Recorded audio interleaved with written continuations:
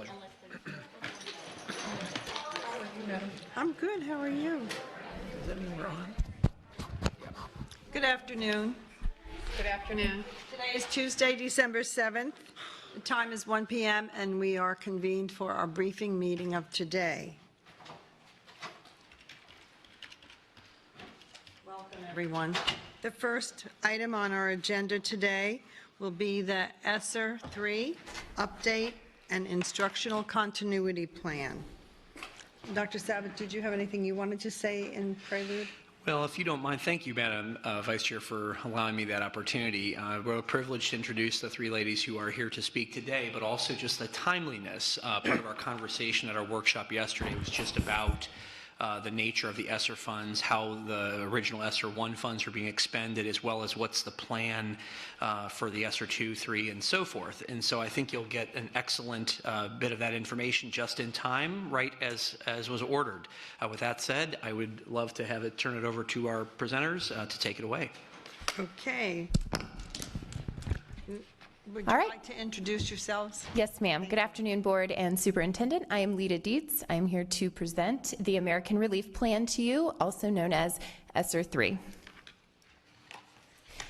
Briefly, our agenda today will be to review the ESSER timeline, the allowable expenses of ESSER 3, and then Mrs. Stillwell will present on our safe return to in-person learning and instructional continuity plan, as well as our plan for public input for ESSER 3, which is a requirement of the grant.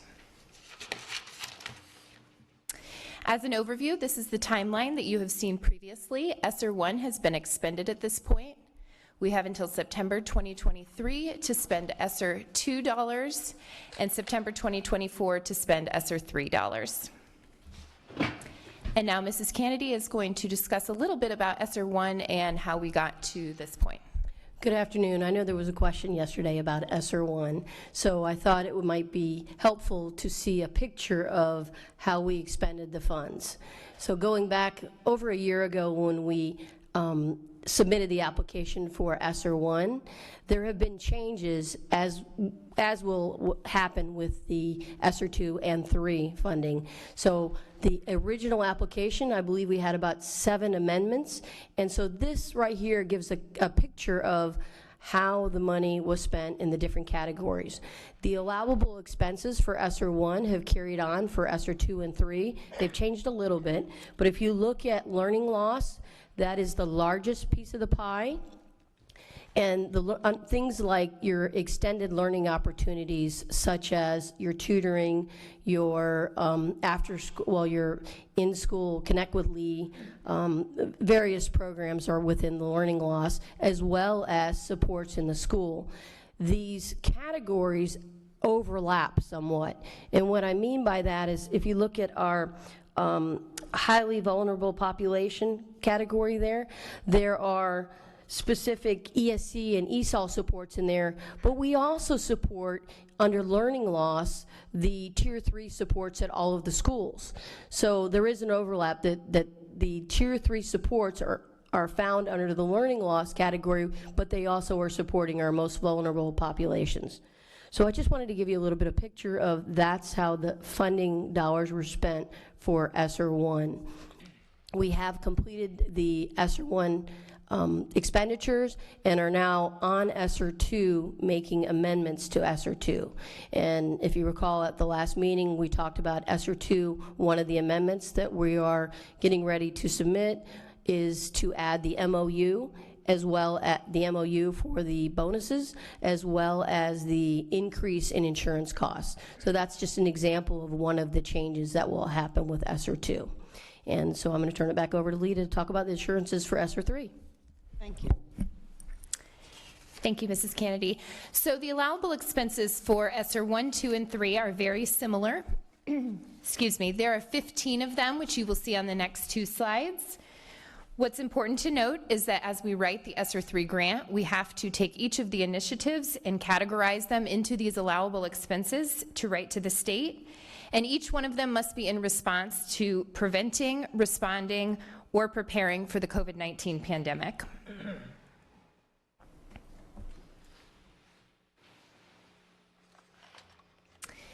This slide is reference to some of the initiatives that were in ESSER 1 as well as ESSER 2, like Mrs. Kennedy said.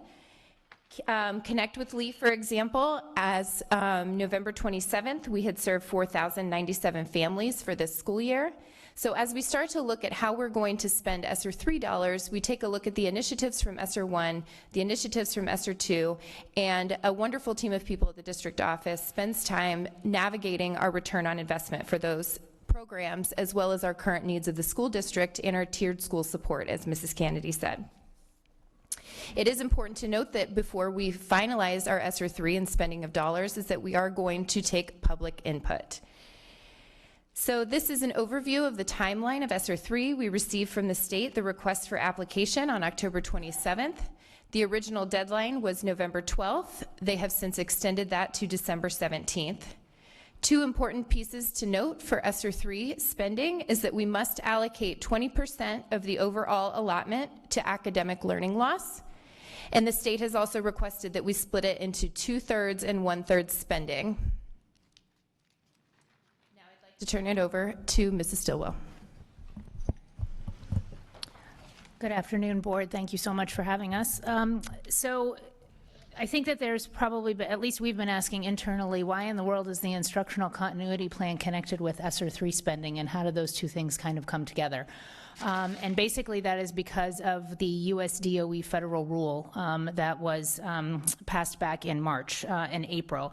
And so not only does the DOE federal, US DOE final rule require us to have a plan on how ESSER dollars are spent, it also requires us to have a plan for the safe return to in-person instruction, which sounds a little funny because we've obviously been back to in-person instruction for more than a year now. So a lot of the schools, though, when you think about it nationally, certainly didn't go back until way later than we did. So we're now kind of catching up with where, or they're all catching up to where we are, and so now we're required to file this plan as well as a plan through the Florida Department of Education for instructional continuity.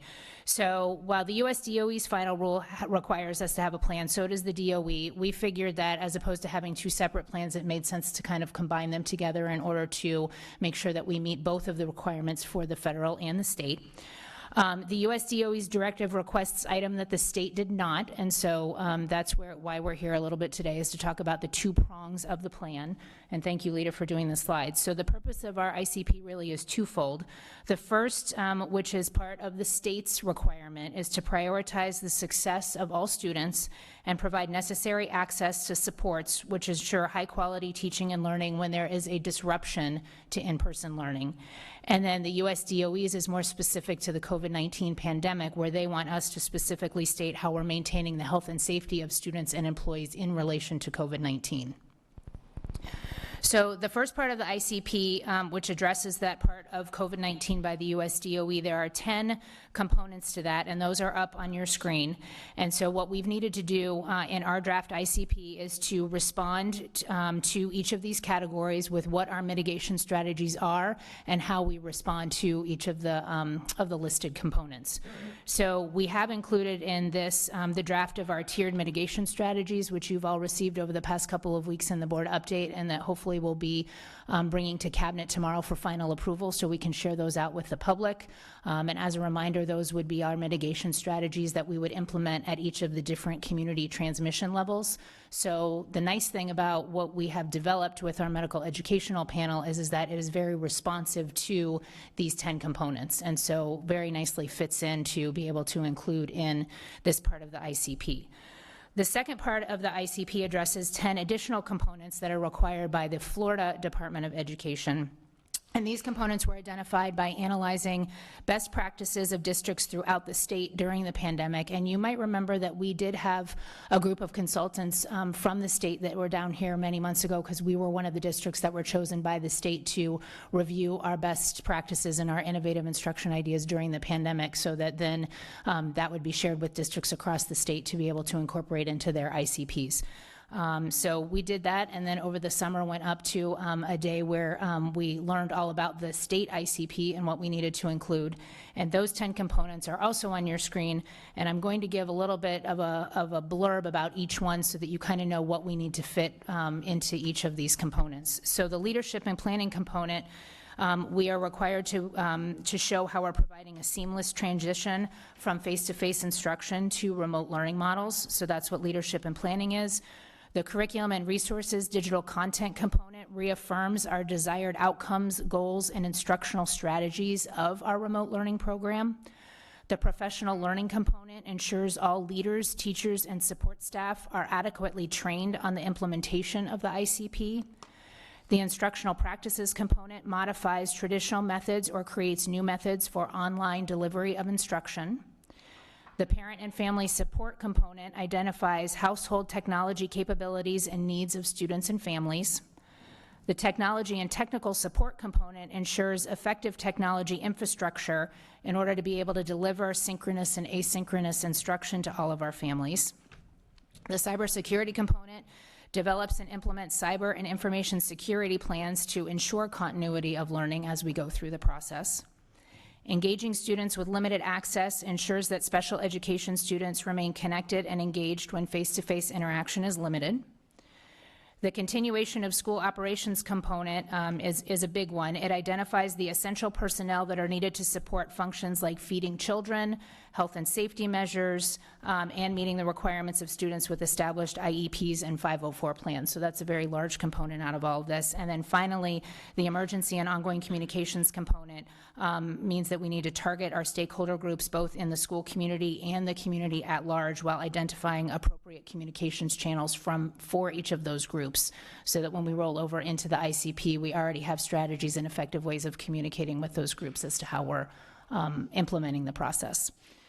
So while the components address the processes and procedures for continuing educational operations, they are not meant to be specific for COVID-19. So the US DOE's components are specific to how we're responding to the pandemic. However, the Florida Department of Education's ICP is really for anything that could disrupt in-person learning, whether that's a pandemic, whether it's a weather event, whether it is any kind of a natural disaster.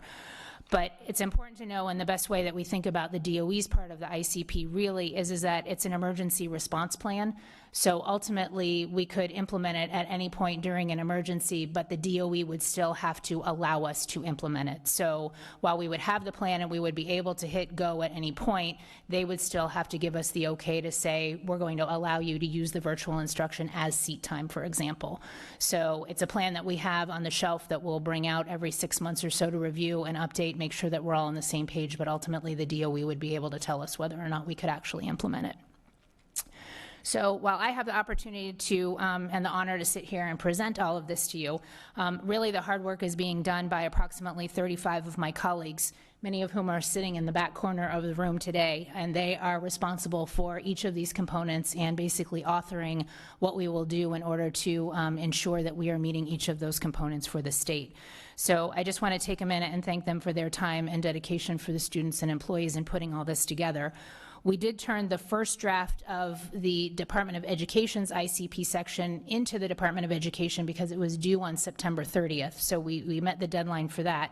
But just like the other ICPs that we've submitted, we received feedback from the state during Thanksgiving week, so this actually works out really well because we can take it out for public input and we can incorporate what the state has sent back with their feedback so that we can revise our plan based on all of that and then resubmit by the December 17th deadline, which is the same date that the ESSER information is due.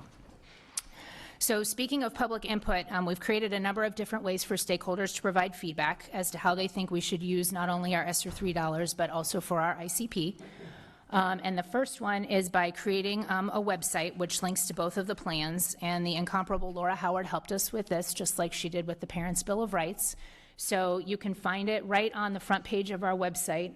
If you click that little circle on number 1, it's the first thing that pops up in the banner, and when you click the Learn More, you can go right to the page, and there's a little bit of a blurb about both the American Rescue Plan Act and the ESSER funds, as well as the Safe Return to Instruction learning, and there's links from each of those to specific details as to what the plans entail, how you can provide feedback. We have a comment section, just like your superintendent section page did, so people can literally submit comments right from the page and go, that'll go to a select group of people here at the district. I think we've already received more than almost 24 comments through the website since we launched it, which was late Friday night, so that's been really good. So the website is there for a lot more detail and for people to be able to kind of go and peruse at their leisure so that they can really read through everything and learn a lot more about the allowable expenses as well as the draft plan. Like I said, we had the area for comments, and then we also have launched a survey that went out to all stakeholder groups, and that included parents and employees. Also, all of your board advisory committee members received an invitation to fill out the survey and come to this meeting. We sent it to administrators at the schools, asking them to distribute to their PTAs, PTOs, booster clubs, and school advisory councils. The Foundation for Lee County Public Schools has also received it, along with 30 other community partners that we sent it to, and then we also sent it out to the media, so hopefully that they would do some stories on it and get some reach for us there, and that went out this morning. We publicized this meeting, inviting people to watch and to come to provide public comment, and then finally we are going to be holding 2 virtual information sessions regarding ESSER 3 and ICP. The first one will be this Thursday, December 9th, from 5 o'clock until 5:45, and the second will be Friday, December 10th, from noon to 12:45. These will be webinar-style presentations, and questions and comments will be taken through the chat function of the platform, and the links to those are also on the website, and we'll send reminders out to people in order to remind them that we're having these so that they can participate. Currently, we have about 620 survey responses, and like I said, an additional nearly 24 comments for our website, so we're well on our way to getting some good feedback and stuff for both the ESSER plan and the ICP. And we will do another push for responses, because you tend to see an increase when you remind people right away, they'll immediately go and do it. So we're going to do another push before December 15th, which is the day that we're going to close for feedback, so that we have time to take all of that information and put it in the plans that we submit to the state by the 17th. All right, thank you, Mrs. Stillwell. So just next steps in regards to ESSER 3 and the ICP is to continue to collect and monitor the public input that we receive. Just like Mrs. Stillwell said, we have to submit both of those documents to the state December 17th, and then we will bring final submission to you as a board in January. Keeping in mind that ongoing are amendments as necessary, like Mrs. Kennedy mentioned, ESSER 2 is currently being amended based on the current needs of the school district. And we also have to review and revise our ICP plan no less frequently than every 6 months. At this time, we will take any questions you may have. Board members, Ms. Patrica? I don't have a question as much as I have comments. The first is the quickness with which you have had to respond has been phenomenal. I mean, you know, the fact that that requirement was placed on you was not so good, but because the state of Florida applied so late for these funds, I think that we're behind other states in the country. So I just want to recognize the hard work that you've done to get this ready. I also want to recognize your flexibility and ability to amend as the laws change. That's been fantastic. And the public input piece, I had this conversation with Dr. Savage. FSBA puts things in my brain sometimes to look out for, and I can't remember the exact forum in which I was told public input on ESSER 3 funds is going to be very important. And I know I've asked about it several times publicly, and it's my opinion, looking at what you've done, that you've gone further than almost every district across the state of Florida. So I have reached out to colleagues to find out what they're doing, and some of them are like, ESSER 3 funds, public comment, what is that? So you have really put together a very comprehensive input plan, and I'm really happy about that. So thank you very much. Thank you. Thank you, Mrs. Patrica. Any other comments or questions? Mrs. Morgan? Yeah, I guess it would be very helpful to me if, for example, in learning loss, I don't know how many dollars, 50% of the total was spent. I don't know how much that was. But it would be helpful to see what the projects were that were funded, what the expectations were with those funds, whether as we move forward, we are going to continue to invest in those programs, or we're going to change our goals based on what we've learned. The same thing goes for mental health supports and addressing the needs of the highly vulnerable population. I mean, I'm just having difficulty getting a handle on what it is we're doing, where the money is being spent, and how it is supporting our staff and our students looking at this, and knowing that we are out there asking the public to provide input, And I don't even understand, really, from this bit of information, what it is that we've done and where it is we need to go. So I guess my question is, one, what's the data driving the decisions about the projects that we're investing in with this money? To the extent that we have invested it, have we, have our expectations been met, or have we changed course? I mean, this is a significant amount of money, so those are my questions. So first, as far as the website does give all of the allowable expenses with activities under each of those expenses. But is that what we've spent? Is that what we've done? That would be some of the things that we've done and some of the new initiatives. And as far as what we have done, we included the ESSER 1 spreadsheet for you, or the pie graph for you. We can get an itemized list, because it did change from the application that became before the board. Because when the application came before the board, that was based on the information we had at that time. And as you know, we've had multiple times that we've had to change things. So there's lots of different amendments. And so we had planned on providing ESSER 2 breakdown, much like we did for ESSER 1, but we're in the process of revising it significantly, because we continue to meet.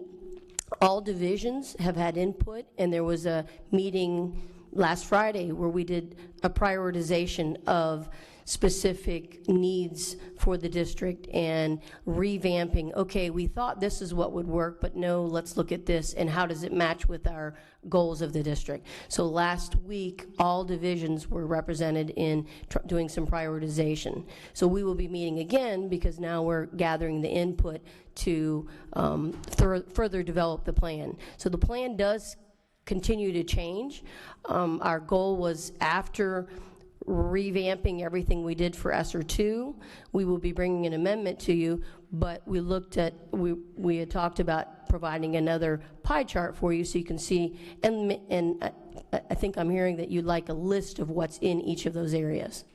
It's not so much that I need, I don't think it's our responsibility to look at every single project, but I think just in a general sense, how are we making decisions about how we allocate money?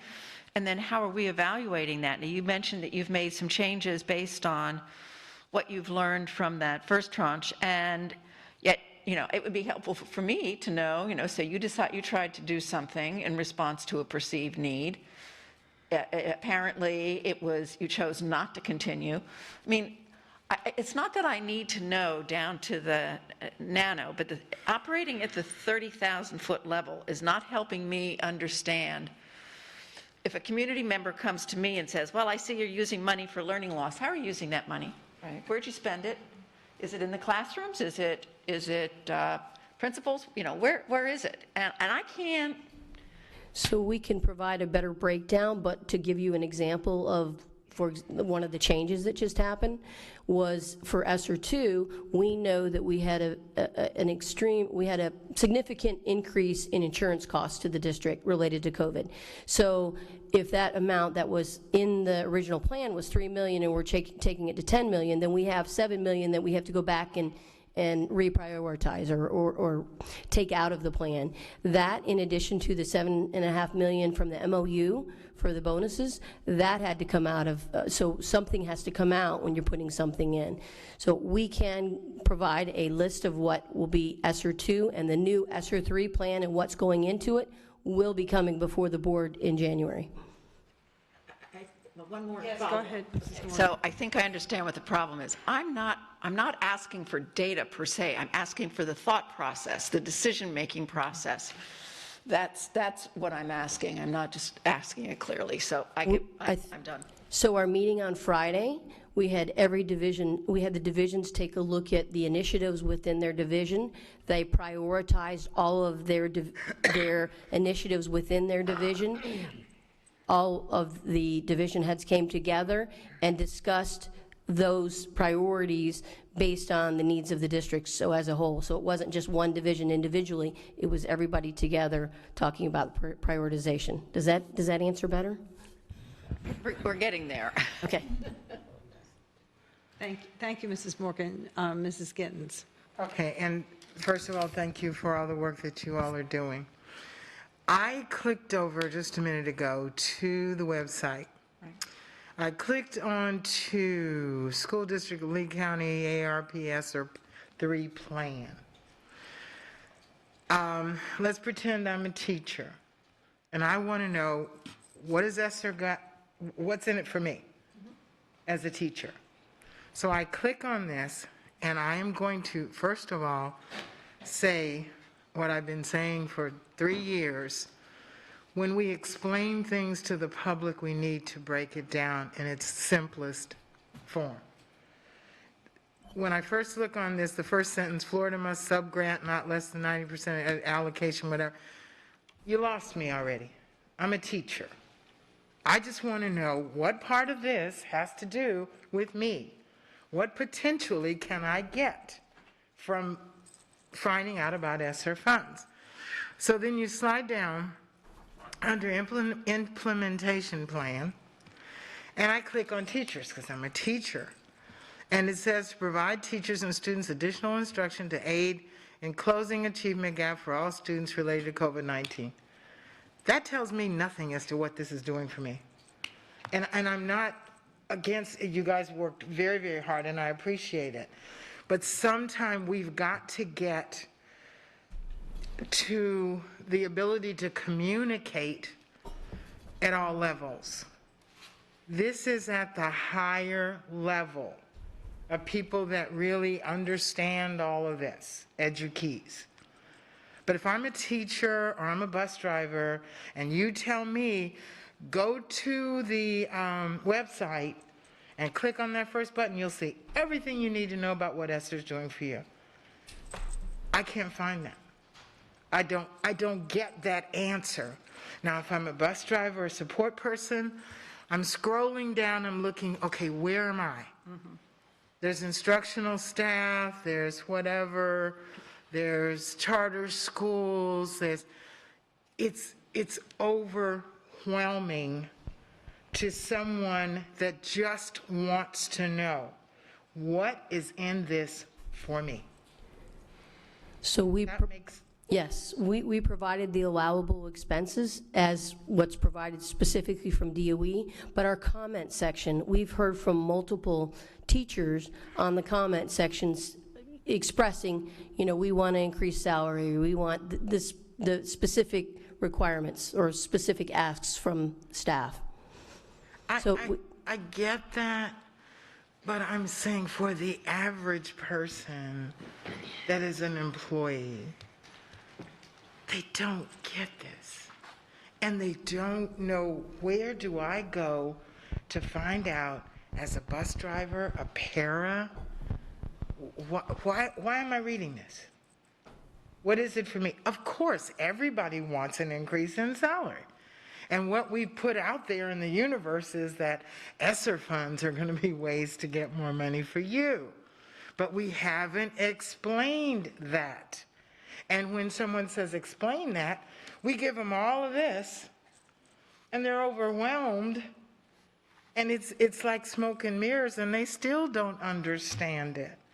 It just, if I were a bus driver, and I had a sheet with 5 points on it, this is what ESSER is for. This is what it's going to do for me. This is what we can possibly negotiate. Here is, when we look at the slide that had slide number 5 with the pie chart. Indirect costs. Okay? 4% for indirect costs.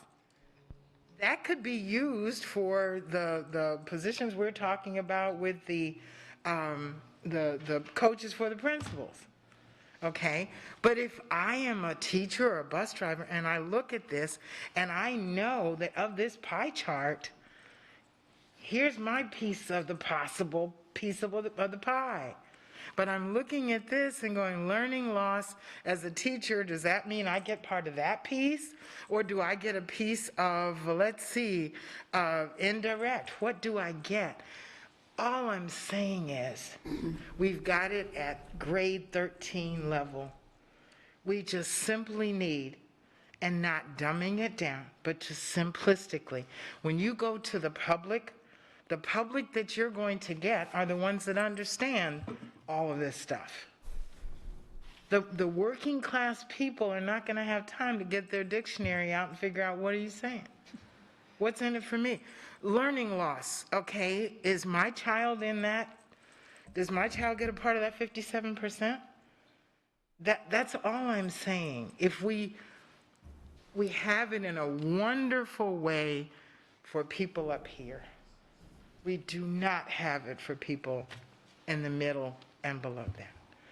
And when people get angry about, well, I heard that we were supposed to get this and we're not getting, they don't even know what this means. So I hope I'm getting it across to understand. Take the verbiage on the website and put it through the reading levels and bring it down to 7th grade. Change some words so that people can just understand. Simple. We did attempt with this survey to make it very simple, and it's 5 questions. And the first question having to do, what do you think is the most important expenditures, but it's based on the allowable expenses.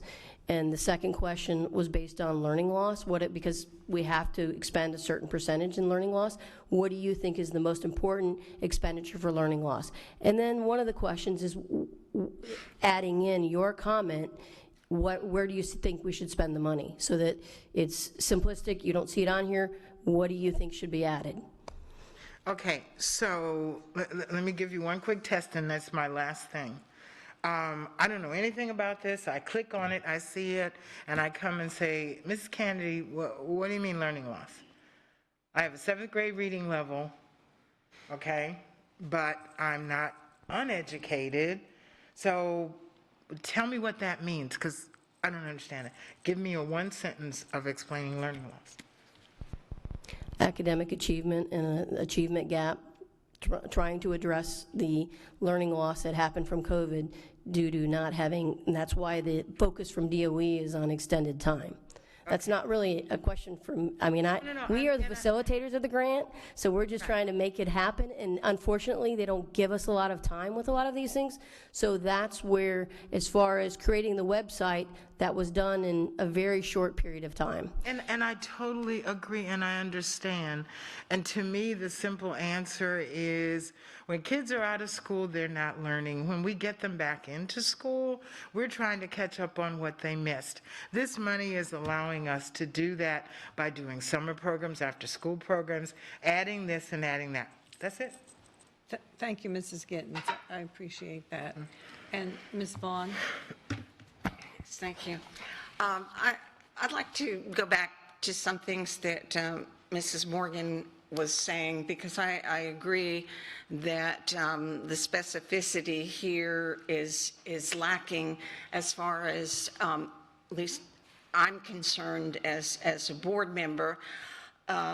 We're virtually done with a whole semester of this year back in face-to-face.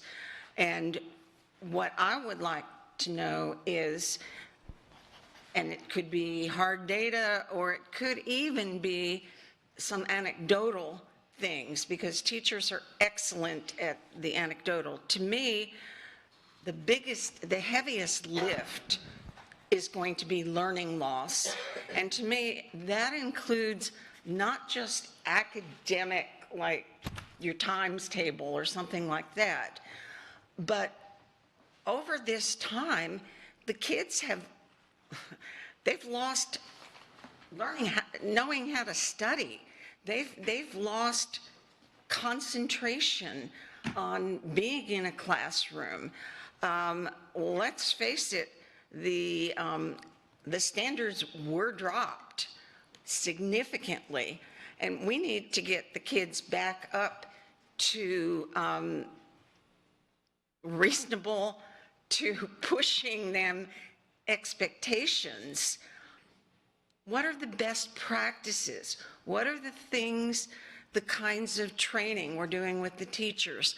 Are the teachers instead of having a formal professional development, are they maybe getting together across the district, all the third grade teachers?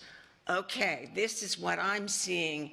Second graders coming into my class should be, what data or even anecdotal or specific things are we doing, not just to literally catch them up on multiplication tables, let's say, but on how to learn, how to concentrate, how to reset your brain to sitting in a class instead of just watching a screen? That's my question. At the last presentation, we did provide, I believe I am understanding what you're asking for, but just to clarify, we presented some of the return on investment, such as this many students were able to retrieve a credit, or this many students connected with, those types of things is what you're looking for. No, that's not what I'm looking Okay. for. I'm looking for what is literally being done in the classroom.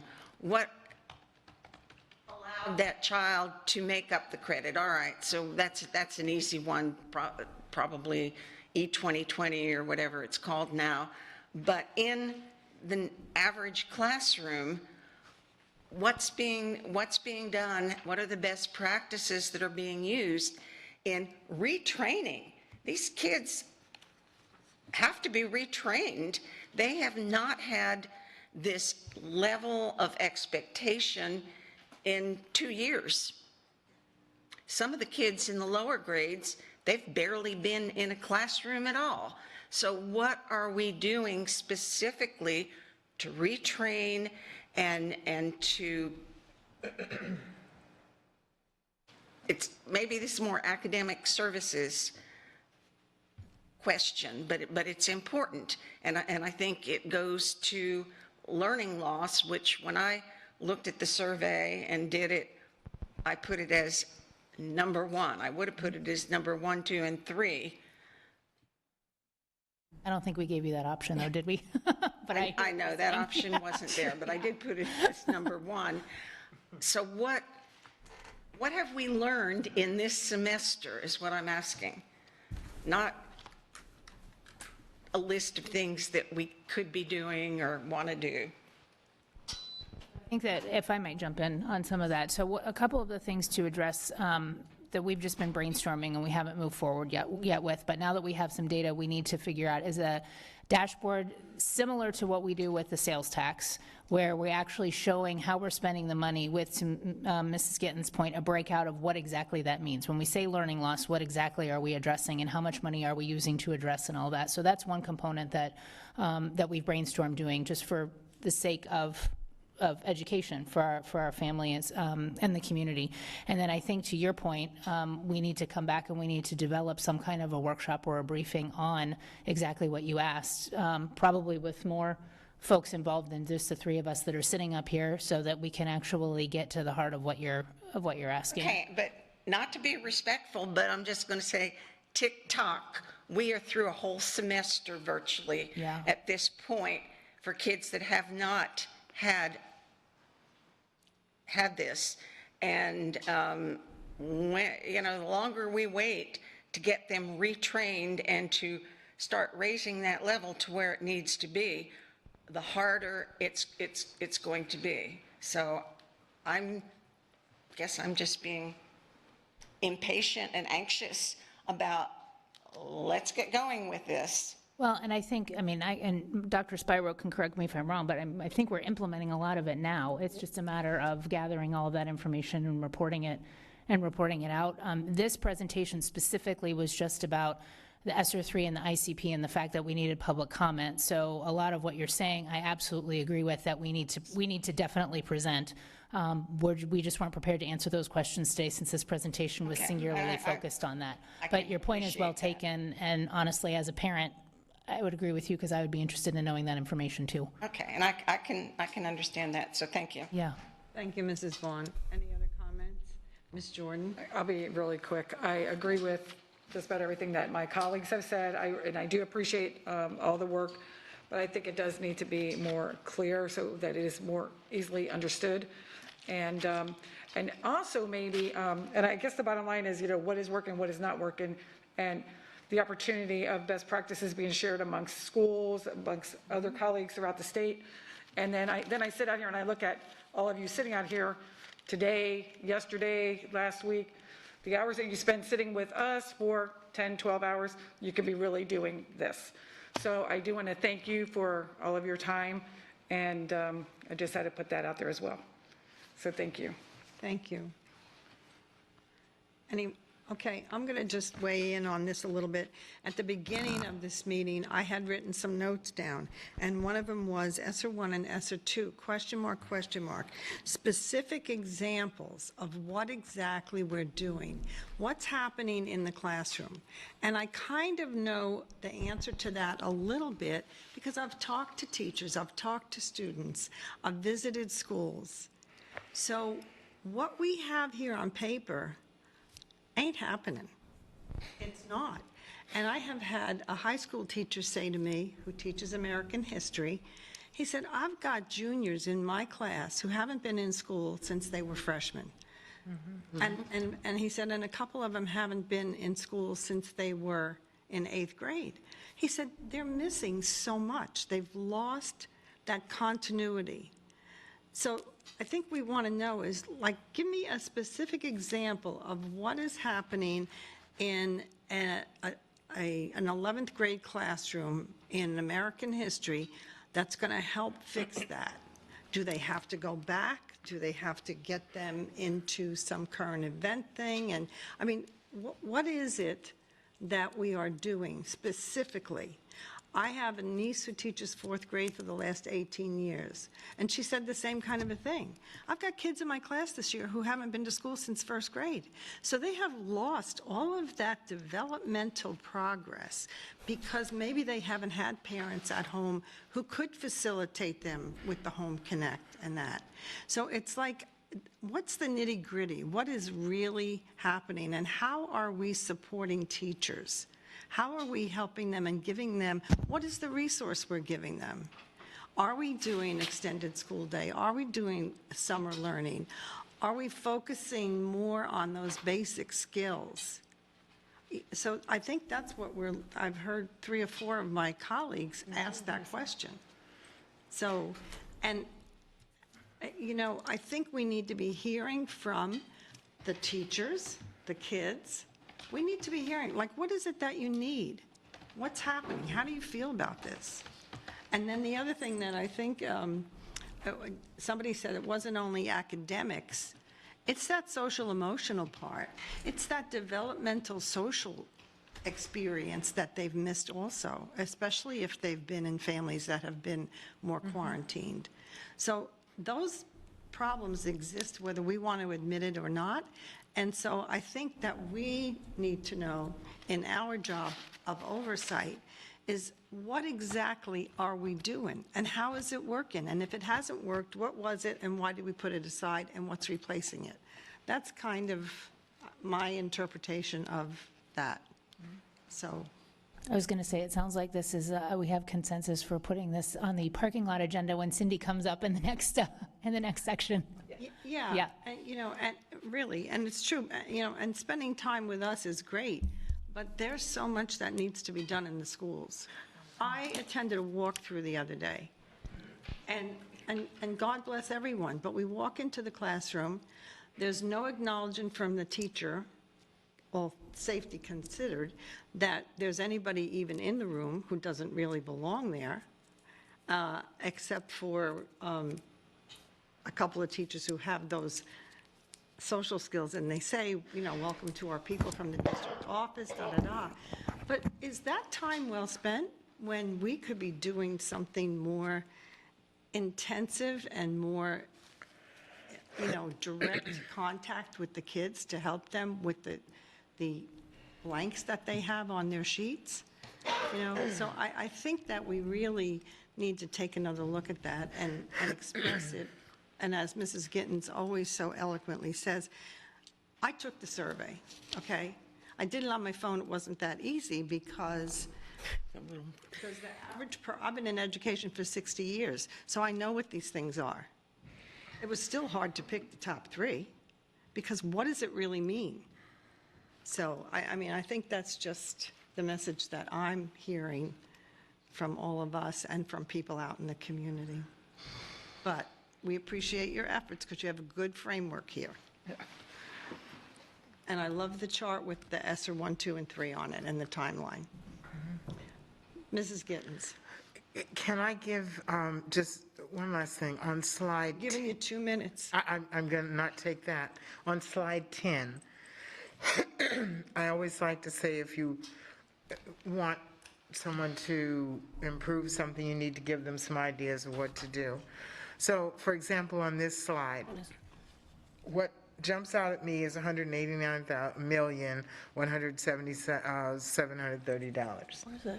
So below that, you've got allocate at least 20% of the total allotment to academic learning loss, and then total allocation divided by 2/3 and 1/3. I know that you will explain that, but a slide that has that amount and has allocation of 20% for academic loss, point, this is what academic loss would be, looks like, the choices we have. The 2/3 and the 1/3, what is that? That's because our plan wasn't submitted to US DOE. So in order to get the funding, the full funding, our governor did not submit the plan right away. So so the state received 2/3 of the funding, has yet to receive the 1/3, and so we're waiting for that 1/3. So that's why they wanted to break it out, just in case we don't receive the funds. Okay, and what I'm saying is when I look at this, it looks as though we've got all the pieces, we just don't know where we're going to put the 2/3 and the 1/3. I do realize it's the complexities, because we are given the information from DOE, and we're having to sort through to try to figure things out as we go, because there's not a lot of clarity and direction, and things change continuously. And the thing is, like what Ms. Morgan was saying earlier, we don't need to know all of the weed stuff. Just, we got $189 million, and we're looking at spending it here, here, and here. We're waiting for DOE to tell us what to do. Boom, that's it. Okay, thank you.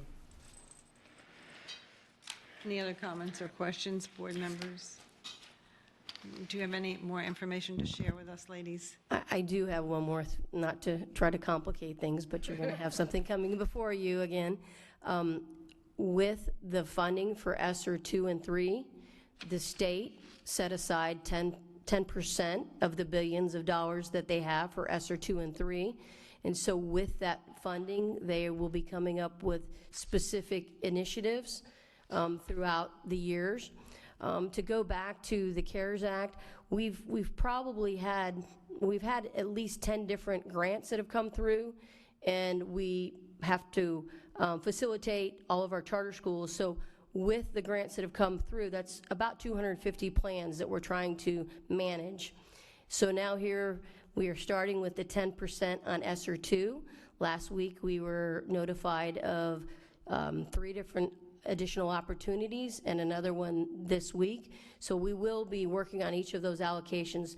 But for example, there's a reading initiative that I believe is $1.9 million. There is a civics initiative. This week is career and I think it's dual enrollment. But I expect that's going to continue, because they're going to take the 10% from ESSER 2 that they have with their initiatives, and then they're going to take the 10% from ESSER 3. So those things will be coming your way as well. So I just wanted to make note of that, because I know our turnaround time on both of the 2 new ones were December 15th. So they're throwing them out quickly and not giving us a lot of time to really plan together. Thank you. Mrs. Morgan. I just want to add one thing. It would help to know at the outset that you're managing 240 plans. I mean, that helps us understand the complexity of what it is you're trying to do. So maybe lead with a little bit of information like that next time. Thanks. And really, I am very grateful for everything you all have done. Thank you. Absolutely. Thank you. Anything else? It's a lot, and we've never done it before, so. Thank you very much. Thank you very much. I think Ken wanted something. Hang in there. Mayor, do you mind if I just, while they're closing, just a couple of comments I didn't I'm hear made? sorry, Superintendent. Not quite all right. So just a couple things just to also be aware of, the CARES Act and the ESSER 1 funds. It's a much smaller amount relative to the ESSER 2 and the ESSER 3, and just in the nature of how the state has framed the expenditures. We theoretically could have expended all the way through the end up through September 30th of 2022 with ESSER 1, and really should have been given that degree of flexibility. But we, as with the other districts in the state, were put under tremendous pressure to obligate and encumber funds aggressively. And so some of what you're talking about in terms of return on investment, just understand that's a contending variable. The other piece is just with the ESSER 2 and ESSER 3, obviously compensation is always a piece of that as well. And that, because we are in bargaining at the present time, we can't get into specific details about some of those aspects, and so there's that as well. But for anything that's already been expended under ESSER 1 that fits into those categories, we'd be happy to give you a little bit more of a detailed accounting of how those funds were actually expended for the board. So thank you for the great feedback to staff on that. Thank you. Thank you very much. Pleasure. Dr. Savage. Okay, thank you, ladies.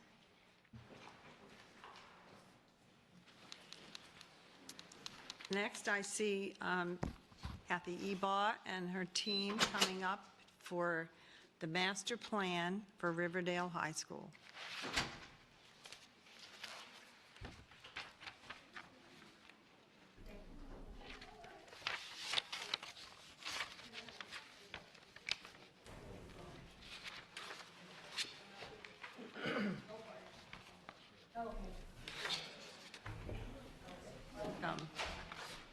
You want to say anything ahead of that?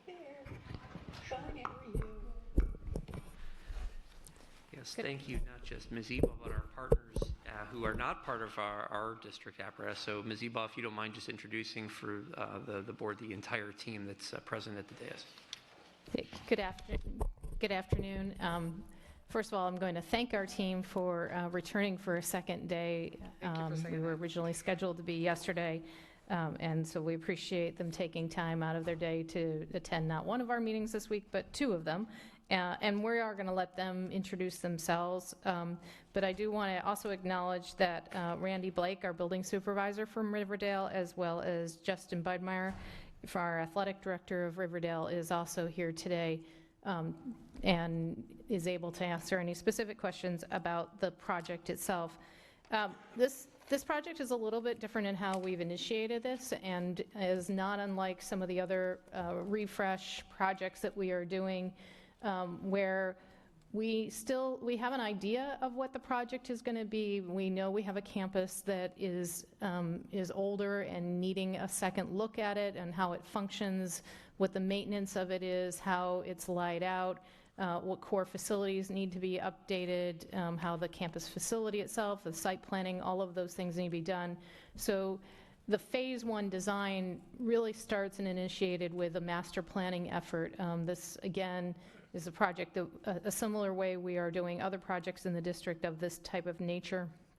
And Brian, who is our lead architect, is going to really lead us through this, but we're excited about doing it this way. We're excited about being able to really investigate and research the project. It does take a little bit more in phase one design than our typical phase one designs, because we're not just jumping into the design component, but we're really thoughtfully thinking about what the campus is, how it functions, and what we need of it in the future.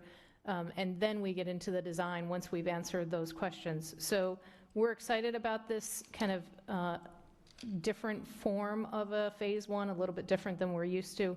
And we think it's going to result in a much more effective long-term project. And at that, I'm going to turn, if we can just go down and introduce yourself. Tina Silcox, project manager.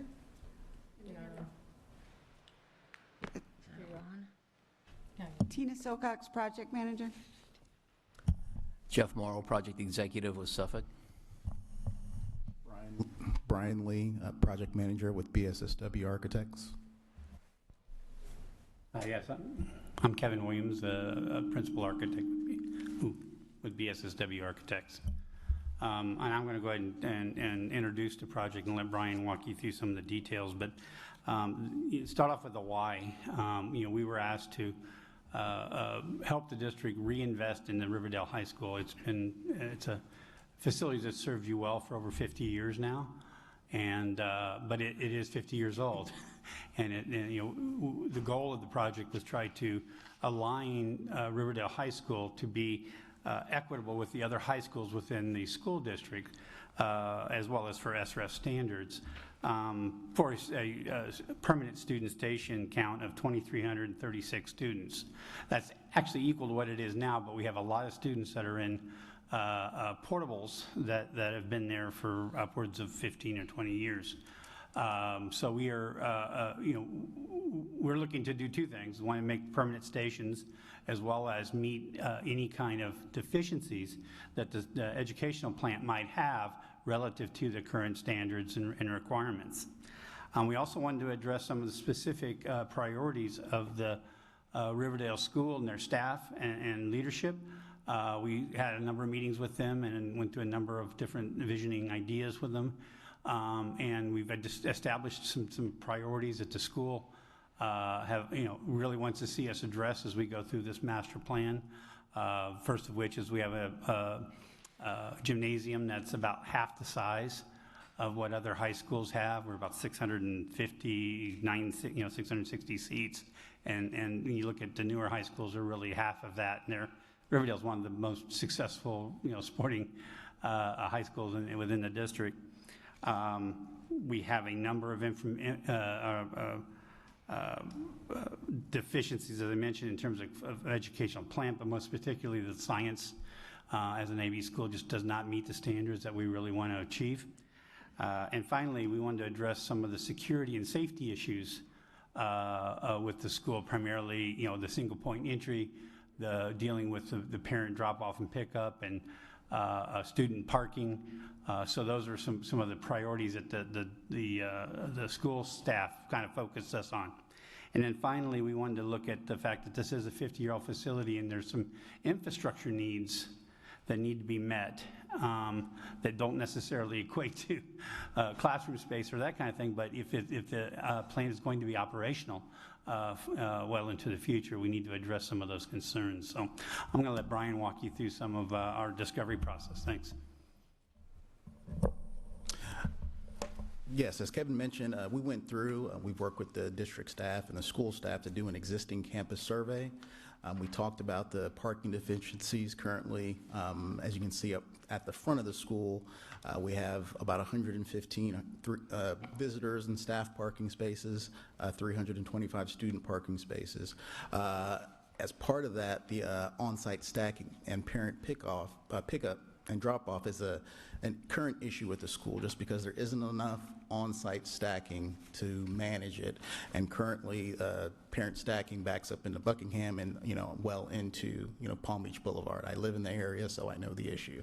Again, that leads to the vehicle traffic concerns around the campus, because as you can see with this campus, it's grown and spread out just because it's so landlocked. There's parking around the entirety of the school, which is not something you typically want, when we're trying to deal with the safety and security going forward, which, creates student and teacher pedestrian issues around the school, because you've got deliveries, we've got the portables in the back where we've got the students going to and from in the back where we have deliveries. So there's a bunch of issues there. And also one thing it's an advantage, there's a piece of property that's been purchased as in bubble F that we're looking to incorporate as part of this, reimagining of the school. And it's just looking at how we incorporate that property into the new project. And then also, the current JROTC tower, it's been condemned, it's no longer in use. So, looking at getting rid of that and, replacing it with something moving forward. Kevin mentioned the campus infrastructure. The school was built in 1972. With the additions, there's currently no fire sprinklers in the school. That's one thing that we are going to have to address, given that if we're going to, extend the life of the school, some current campus ADA deficiencies that we'll have to address. On-site stormwater management and, as Kevin mentioned, the utilities. Given the age, there are some things we'll have to look at, whether it's repairing those deficiencies or shifting those functions elsewhere and making them all new construction. And then the, overall plan of the school, it's the number of classroom sizes. As we mentioned, we have a lot of temporary portables on campus as they are. We have the science classrooms, but we don't typically have enough science classrooms that we would see in a new high school, and the infrastructure in those science classrooms don't meet the standards that they should. The way the campus is laid out is, you go into the school and you're in the school. There isn't that single point secured entry that we typically like to see. The building circulation, with the way it's laid out, it requires a lot more staff involvement, where we try to simplify that in the new schools to where, from a single point, teachers can monitor and, address the flow of the students through the school.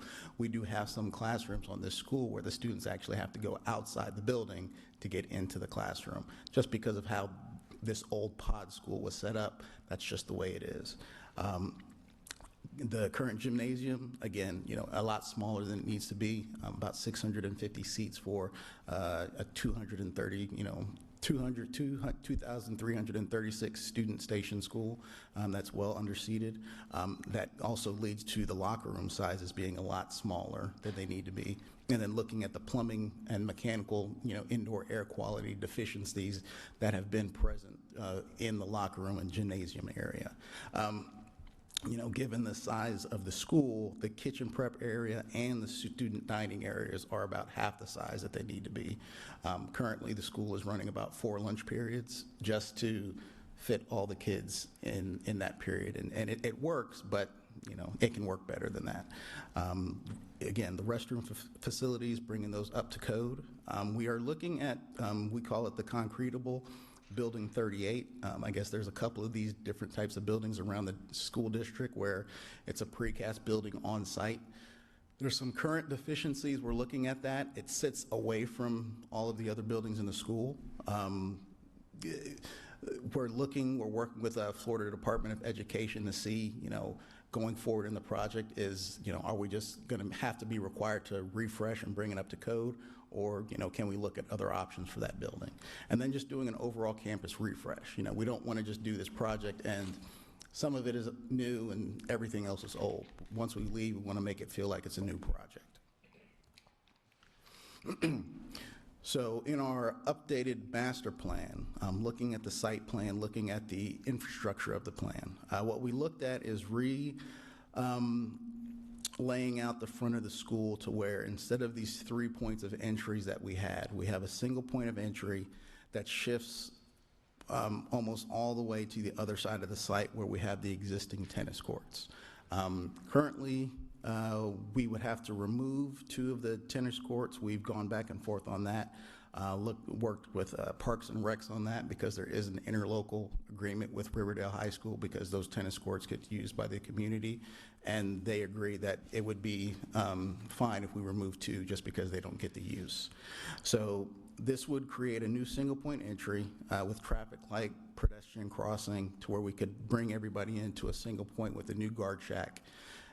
It would allow for a larger parking area and increased on-site vehicle stacking, because now we would have this entire queuing line on the school site itself rather than on Buckingham Boulevard. So we would, and the stacking that you see there is double lane stacking. So we would get hopefully be able to get all the cars onto the site for stacking. And as you can see on the site plan, that on that D bubble, that's that incorporated property. So we would look to bring that into the on-site stacking and extend it into that area and bring it around the school. What we would also look at as part of this, the existing play field is in the front of the school. We would relocate that to the back of the school. This would require us to get rid of one of the softball fields. Currently there's 2. So we would get rid of one of the softball fields, put the basketball courts, the beach volleyball courts, the practice field in the back of the school to where it's secured in the back of the sports campus, and all of our event parking, teacher parking, visitor parking is now at the front of the school where that can be controlled, and anybody entering or leaving the school would have to go by the guard shack as they're entering or leaving the campus. We could provide a new JROTC tower in the back of the school.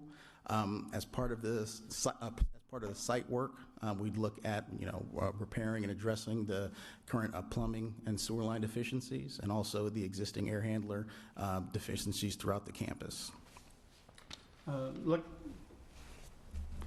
Looking inside the building in terms of kind of the organization that we're proposing, we work through with the school staff, is what we'd like to do is we are going to need to add additional classroom space to replace what's currently out in the portables, but what we'd like to do with that is build a new square footage, the new classrooms as new science labs, so we can bring those up to meet the current standards.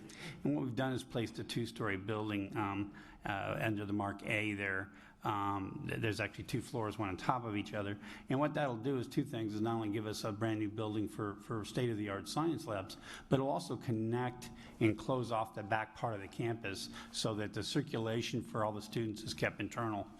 It'll connect from the existing building over to the concretable that Brian talked about a minute ago. And then we tie everything together internally in terms of internal circulation.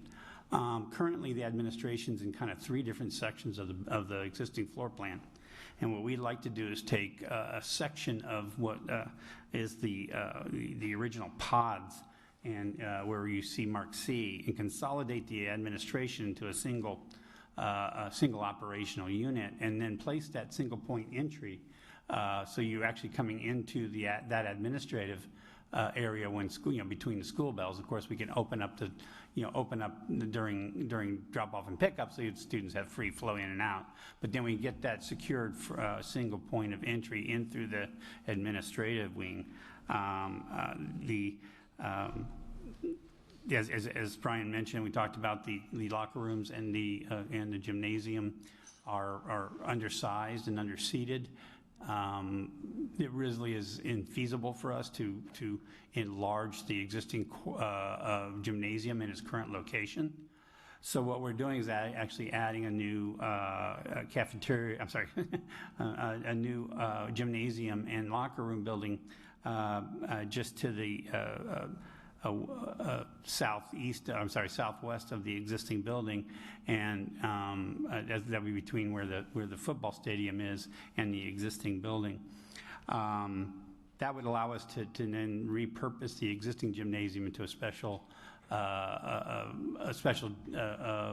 services gymnasium to serve other programs, both from a school standpoint as well as other district programs. We would need to expand the kitchen and the student dining space. That's right in the middle of the school, so we're going to basically take existing and repurpose existing space to do that. Again, the other thing we want to do as we start to reconfigure the building is to look for opportunities to spread the restroom facilities out further. They're kind of consolidated now in central locations, and we'd like to get them easier access to the campus.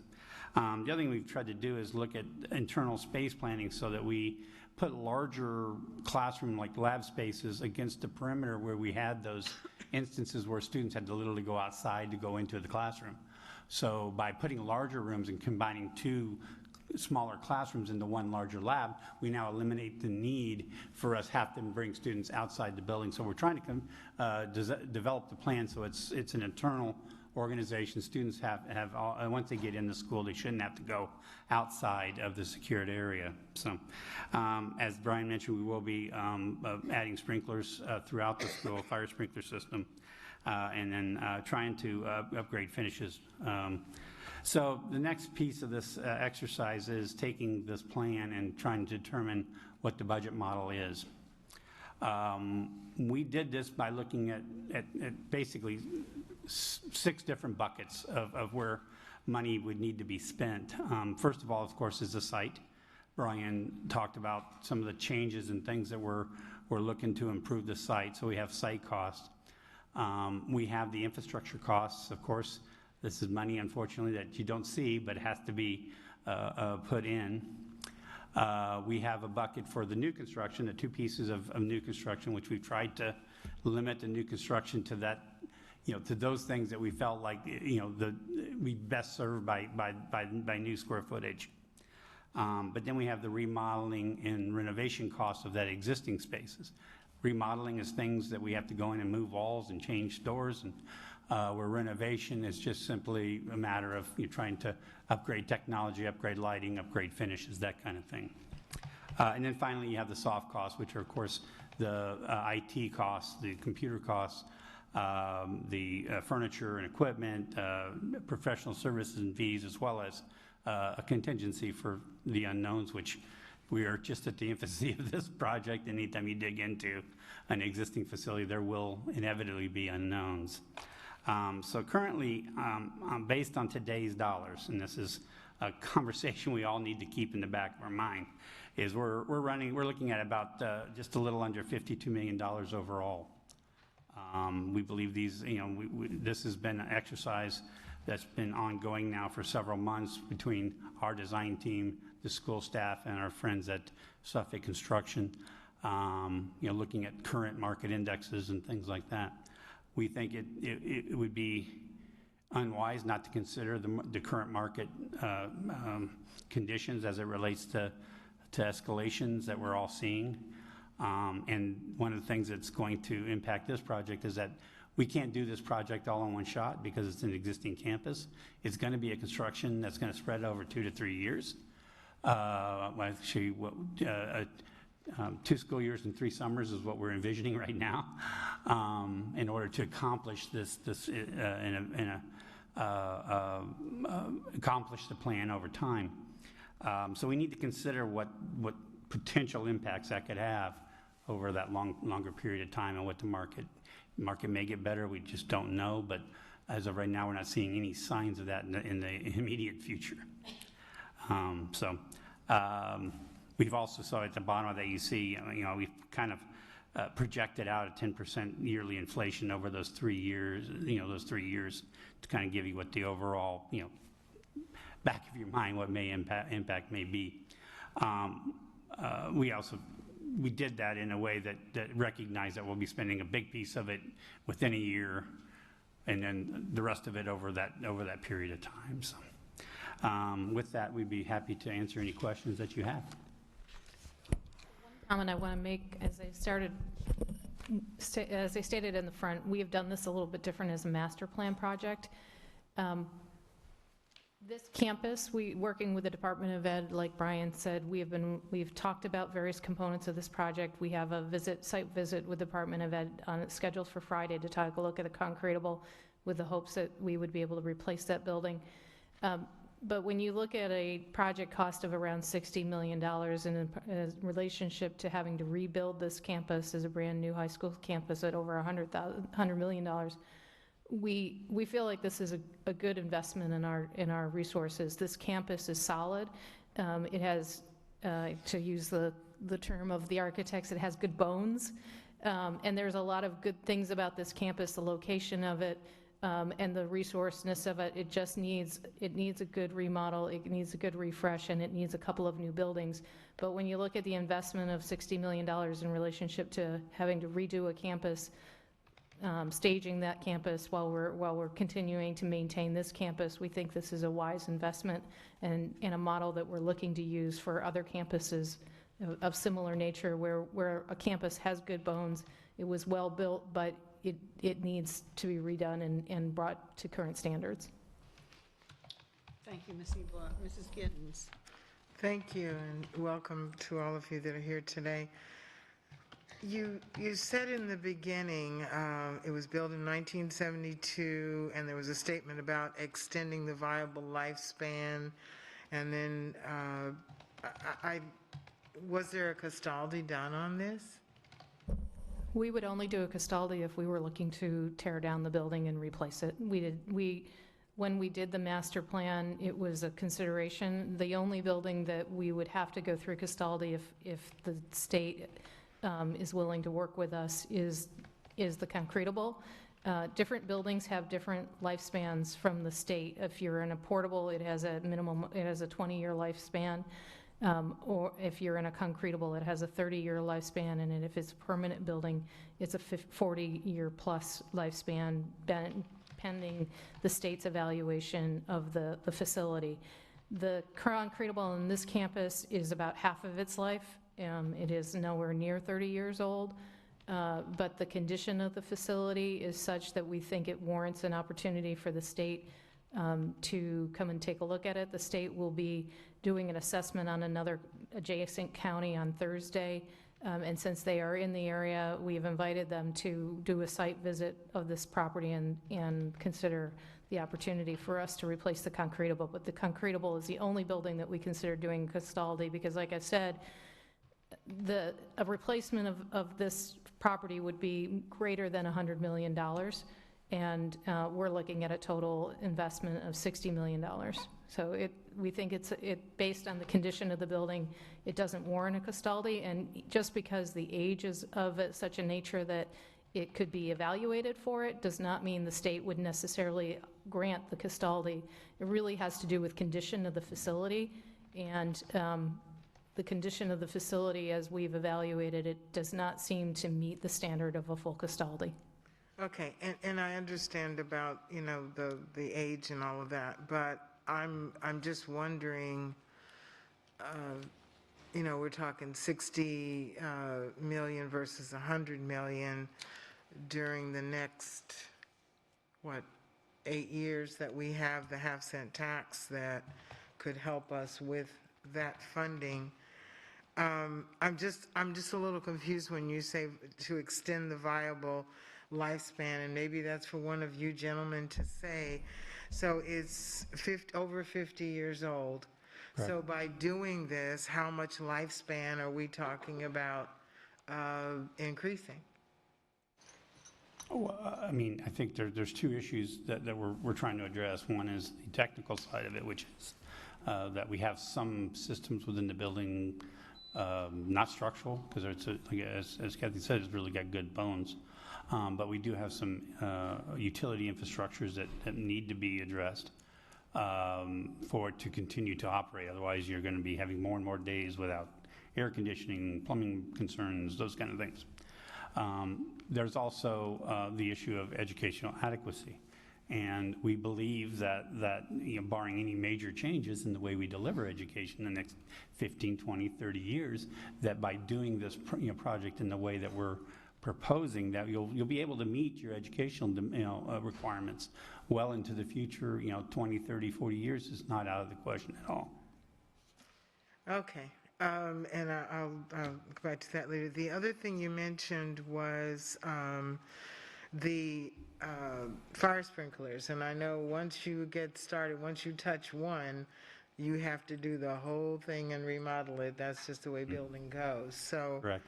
What are we doing now? That's kind of scary to me, because what are we doing now, and how long we have known that they have right. been out of... Well, first of all, I don't want to give you the impression you have an unsafe site. Okay. One of the things that makes that site work without sprinklers is the fact that all the classrooms, or the vast majority of the classrooms, exit directly to the outside, which is contravention to our goals from a security standpoint. Mm-hmm. We could not build that high school under current standards with single point entry and control and not sprinkler it. So that's why we believe in order to bring it up to equity, we think it's the right thing to do. You can continue to run that school as it is right now without sprinklers, giving the fact that you have all those exit points to the school, and without adding significant square footage, in which case we're trying to address both of those concerns.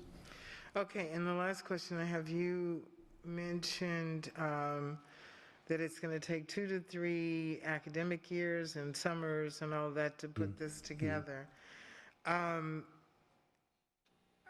guess what I'm still kind of stuck on the difference between 60 and 40 million. It's like once you get to a certain point, it's, you go for the gusto. I understand that there's savable parts of this building.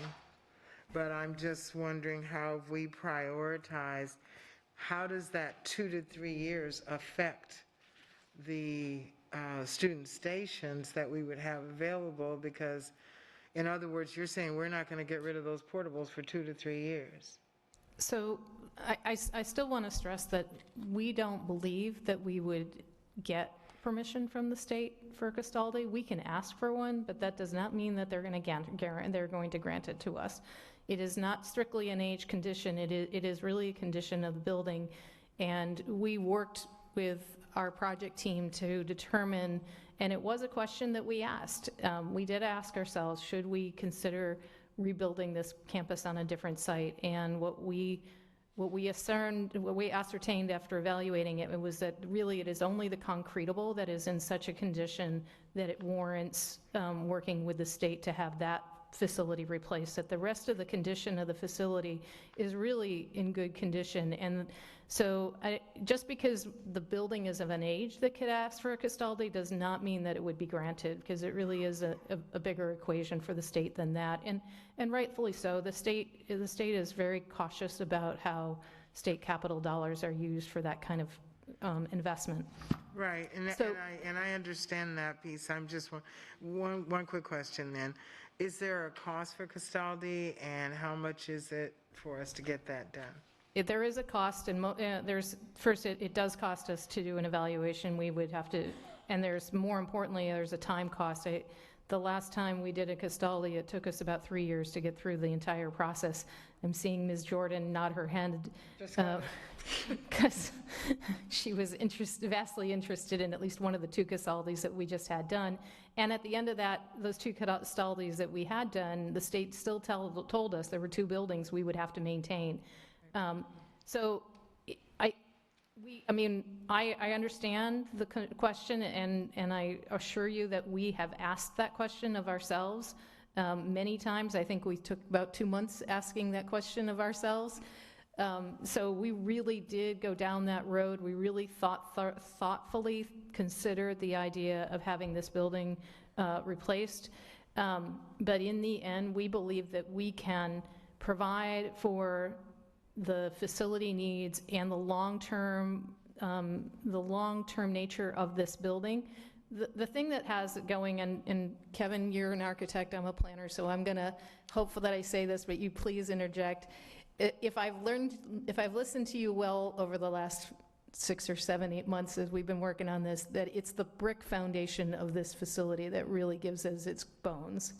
Yeah, that and the skeletal skin, the skeleton of it is is also it's a steel structure. There's absolutely nothing that we could see in it that we could find that would look like it was degrading due to time. The roof is actually in pretty good shape. There's just nothing around, about its skin and bones, if you will, that would tend to indicate to us that it's outlived its useful lifespan. There are some systems, as we discussed, that tend to be more would tend to be more impacted by time, and that includes, like I say, the plumbing systems, the HVAC systems, and so I mean, there are some things that we need to fix, and there's a footprint to that from a cost standpoint. But in general, I think that the building itself, if I was to take, and I've tried to do this, take off my hat of being the architect for this project, and think about it from a purely assessment standpoint, which I do for clients often, I would not go into a project like this after knowing what we know, saying that it is it's not worth the reinvestment. So okay, thank you. Thank you. Ms. Patrica. Hi. So what happens to the existing science classrooms, please? Also talk about the phasing. Yep, those would actually get remodeled into general classrooms. This way we could abandon, the plumbing in place and not have to go into the walls or slab to replace it. That's why a whole new science building, we think it's going to be the best approach to that. Fantastic. So there's something about Riverdale that's just special. There's something about it that's almost magical. When you walk in, it's not like anything else in Lee County. All of that being said, when you walk around the building, it's a little sad because it desperately needs these upgrades. Some of what you're doing in here is not very sexy. I mean, fire sprinklers are not very exciting, and I'm quite certain that they're quite expensive, and they are absolutely necessary to accomplish the entire campus safety that we're looking for. I thank you for your work. I have to tell you, the thing I'm most excited about is Athletic Director Bud Meyer is finally going to get his gymnasium that is big enough for his kids. So if you've played sports, you know home court advantage is huge. And how often have our kids had to give up home court advantage because the gymnasium is not large enough to meet FHSAA guidelines? So these kids put their blood, sweat, and tears into their sport all year long, and, you know, home court advantage is huge, and then they lose it. So those kids are finally going to get what they deserve, and I understand we're also going to be able to keep the wrestling room, the wrestling locker room, weight room thing. So I'm just really excited about the project. It's very, very much deserved for those kids and the staff out there, so thank you. No, and as part of the campus refresh, even though there's no detail on that, you know, because we have to go in and do fire sprinklers, we're going to have to go in and take down all the ceilings and lighting throughout the school.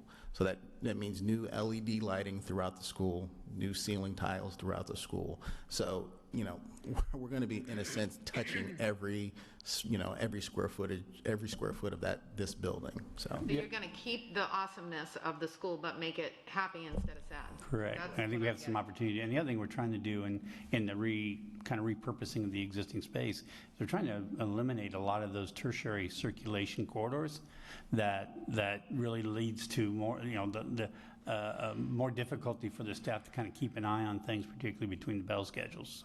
So by making spaces larger, by consolidating them together, we're able to kind of eliminate a lot of that you know, kind of grid of circulation and try to focus it more, you know, we're not going to get like we do to a brand new high school, but we'll get a lot closer to having the more consolidated circulation internally. And, you know, to talk about the timeline, just because this is an existing campus, we've got to look at it as kind of almost a shell game, you know, because, you know, we can't do anything with the existing locker rooms and gym until we have the new building. But we can't do anything with that new building till we address the parking issues up front. So kind of our first approach to the project will be addressing the single point of entry, the parking up front, and relocating the student parking to where the existing practice field is, and shifting it to the back of the campus. Once we've freed up this parking area where we can do the new gymnasium building, then we could then go in, work on just the new construction for the new gym building. Once that's complete, that frees up the space for us to then start going into the school, renovating the gyms and locker rooms. So it's not going to just be a wholesale, we're out there working. We don't have the opportunity on this campus. My final comment is thank you for being here a second day, and I'm sorry that we went so long yesterday. No problem. Thank you very much. Ms. Jordan. Yes, I would like to apologize to you as well for yesterday, so thank you again for coming here. And Ms. Kittens, you are making me feel really old. I went there in the 70s. So I was like, oh my goodness, I still have a few more years to go. Just saying, I had to put that out there. We can always Castaldo you and see what happens. Please do. Please do. But when I was looking at this, and I thought the gym was slow there coming from Philly, so now it really needs to be bigger. But when I'm reading this, the kitchen, prep area, and student dining, it met the requirements, so you are still going to do something there, correct? No, we're going to make it meet the requirements. Oh. It currently doesn't. Okay, perfect. Thank Yeah, well, it's about half the size it needs to be currently. Okay, I was thinking, because it was pretty small. But thank you so much. Really, it looks good. Great. Thank you. Mrs. Gittens? 30 seconds. Okay, start. Okay, Is there anything that could shorten that time of 2 to 3 years? If you had a magic wand, what would it be? The only thing that would help us do that is, you know, and I don't know that it's even feasible on the site, would be we'd have to bring in a lot more portables because we need staging space. in order to, because this is, I equate this almost to that little chess game that Spock and Bones used to always play. We have to move people around before we can do this, as Brian indicates. So in order to us to accelerate that, we would need additional landing zone, if you will, to stage students and stage functions. Is there space to do that if we did? There is very limited Very space. We'd have to take up field space in order to accomplish that. And so it would be very challenging for us to do that. Brian's going to show where. Yeah, to make that happen, we'd have to give up almost the practice field, because, we wouldn't want to put anything out on the athletics fields, and then there would be no, outdoor practice field space. That's just the thing with this site. We're just so tight and constricted. Yeah, it's really, it's not a overly generous, site in terms of acreage for high school. So as it is, it's already pretty tight, and for us to find additional, and that temporary facility has a financial footprint as well. So. And the other thing is that in terms of the student stations, the concern is that would we lose student stations over the period of time that we're constructing? There'll be a small amount of student stations that we're going to lose, but I mean a very, very small. This campus, we've been able to stage it in a way that we believe by bringing on the new buildings first and then using that to replace the interior classrooms, and the portables will be the last thing to leave the campus. So we're going to be able to maintain the consistency of the campus for the most part throughout the construction period. Board members, any other comments or questions? I just want to thank you for returning today. We really appreciate that. And I'm particularly excited about the new gym and science buildings. It's been a long time in coming, and I really want to compliment you on a very well-planned, thought-out, strategic and multi-tiered master plan for projects. So thank you very much. Appreciate it. Thank you.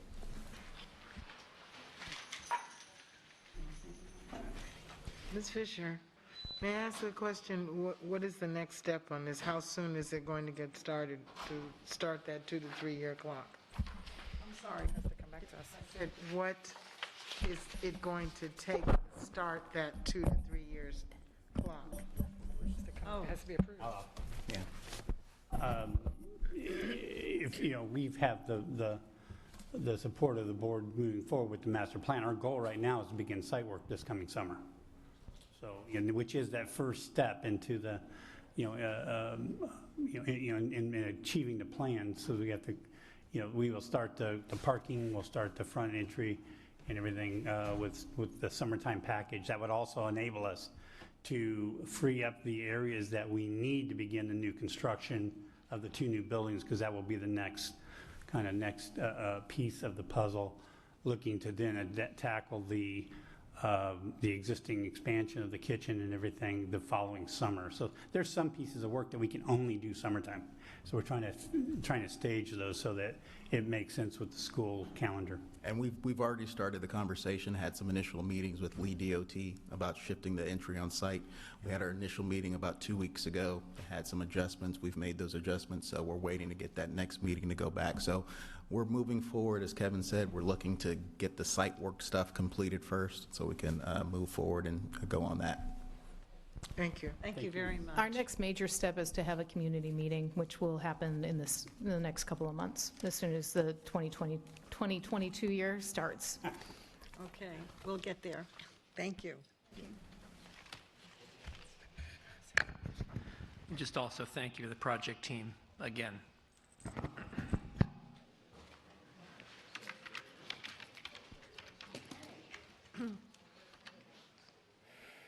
All right, are we ready to move on? At this time, we have our prioritized workshop topics, and I'll welcome our one and only Cindy McClung. Welcome, Cindy. Thank you.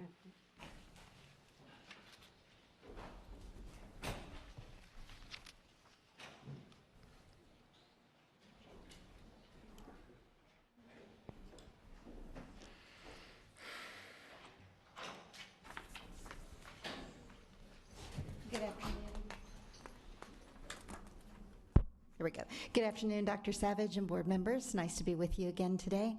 We have several items to discuss today in terms of deciding if you would like to move forward with a consensus to add them to your workshop list. So we'll start with the first one, which is the board attorney evaluation process, which was brought forward by Ms. Giovanelli back in November. So discussion around bringing that forward for a workshop. Ms. McClung, yeah, how can I access this In the list? drive. It's in this, in your Google Drive. I can send you the direct link if you'd like.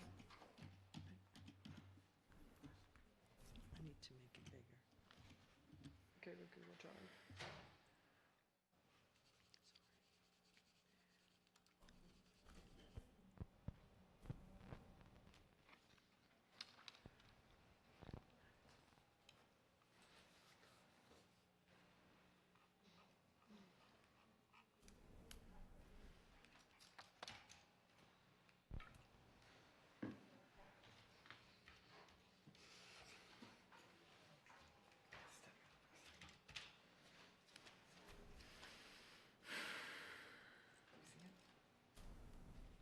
Go to your Google Drive.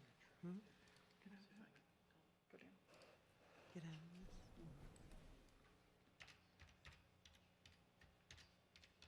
I just sent each of you the direct link, just in case. Okay, thank you. Thank you. Sorry about that. You're welcome.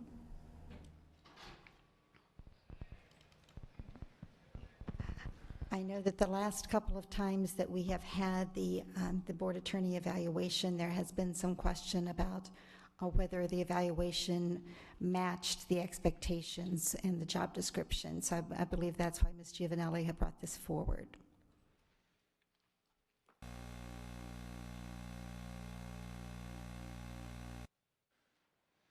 Board members, any comments or questions regarding the board attorney evaluation? I'll just say I remember when we created it. It wasn't that long ago, and it was a pretty comprehensive process where we looked at board evaluations for cities and school boards, not just across the state, but across the nation. And we put together what I consider to be a pretty healthy rubric. And, you know, that's kind of what we've been using. And I don't remember what the exact question was here. I didn't know that it was the document. I thought it was I thought she was questioning more of a biannual and annual, so like the interim evaluation should require a public conversation. I thought that was what she brought up, but I don't remember. I believe that was also brought up. And Attorney Dupree Bruno, you may want to comment on that. I know that you had some concerns initially. I don't know if those concerns continued this year. Anyone else with any questions or comments? Ms. Gittens, did you have anything? I still haven't found the thing, but I'm trying to remember what we said in the, and is she online? I mean, by phone, do we know? I don't think so. If there's any way we can check since it was. She's not. Okay. Yeah, I mean, I would like to have the discussion about it going forward, but it's up to everyone. Do we have the data from before when we talked about it? Did we receive anything afterwards? That would be the question I'd have. And I don't recall seeing the results of all the individual evaluations in a composite. So that would be the only question that I would have. For the interim or for the final? Interim. For the interim, I'm fairly certain they were put together and forwarded to Ms. Thomas, possibly Ms. Roman, one of the two. So there is a composite available. Oh, there is. Okay. Then I have no further questions. Anyone else? Okay, moving right along. So does that mean we are going to leave it on there as a workshop item? Ms. Thomas, are you going to forward that to us? Okay, thank you. consensus that we will leave it on as a workshop item, or we can wait till the annual evaluation? I don't know what we would talk about in a workshop on this subject. That's kind of where I'm a little confused. Okay, I'm just Yeah. following the board. I believe the original, and this is going back a while, last year, at the time of the evaluation, there was some question. There were just a couple of items that were on the evaluation. One was about coordinating with other attorneys. Of course, the legal structure has now changed since that time, and I believe there was one other item that there was a question about. And so at that time, it was, well, maybe we'll talk about it, but it was never put on the workshop list. And then it came forward again, and there was a conversation again about, does it align with her duties? And I wish Ms. Giovanelli were here, but that's what I remember her saying, was she wasn't sure that the evaluation aligned properly with the duties. Ms. Jordan? Are we on that subject of, okay, I apologize, I had to step out a second. That is correct. There were 2 items that were on the evaluation. I think that Ms. Dupree-Bruna had brought that up, that she was getting, we were looking at that, and she was getting judged on items that she did not have any control over. But as you said, now since that has taken place, it has changed, the roles have changed, and she now is that person who will be, that has to answer to those questions. So it really needs to stay there now. Right. So there really is no. Then is everyone in agreement that we can take it off the list?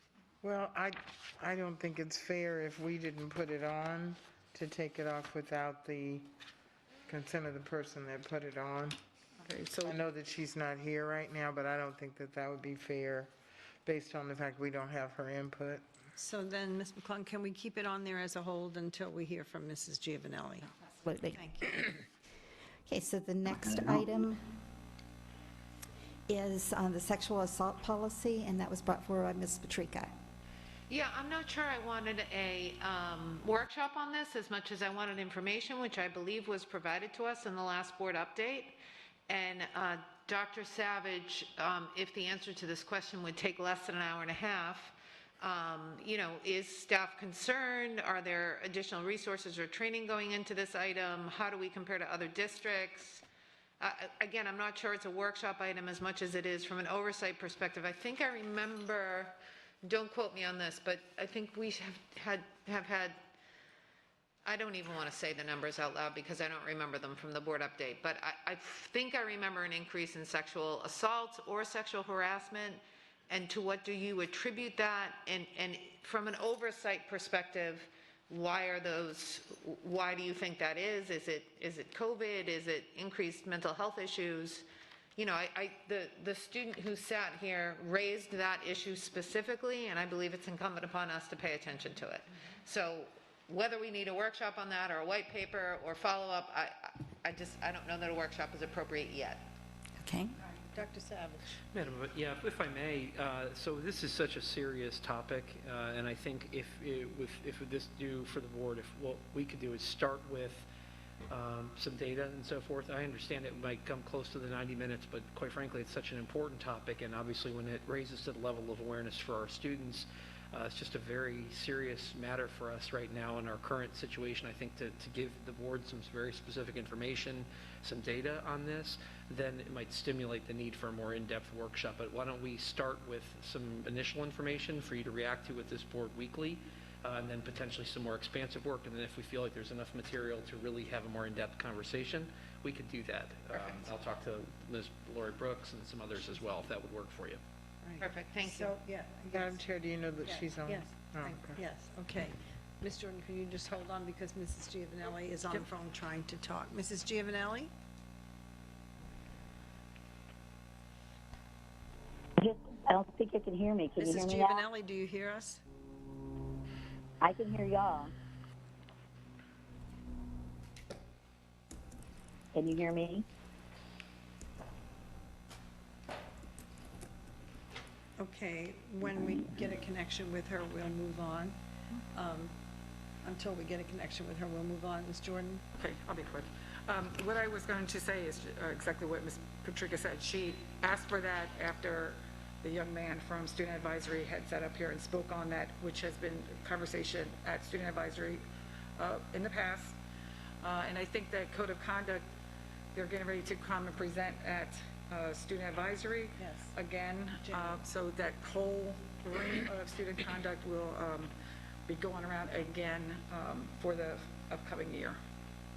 Just wanted to put that out there. Yes, and I was going to suggest that too, that that would be on our agenda for student advisory so that we can directly have staff respond to the questions and concerns that the students have. So, And so I made a note that we'll begin with data and information being shared with the board and then decide if a workshop is needed. So we'll just kind of give it a holding pattern for now. okay, Mrs. Patrica? Perfect. Okay, Thank you. Thank you. Is Ms. Giovanelli available? Mrs. Giovanelli?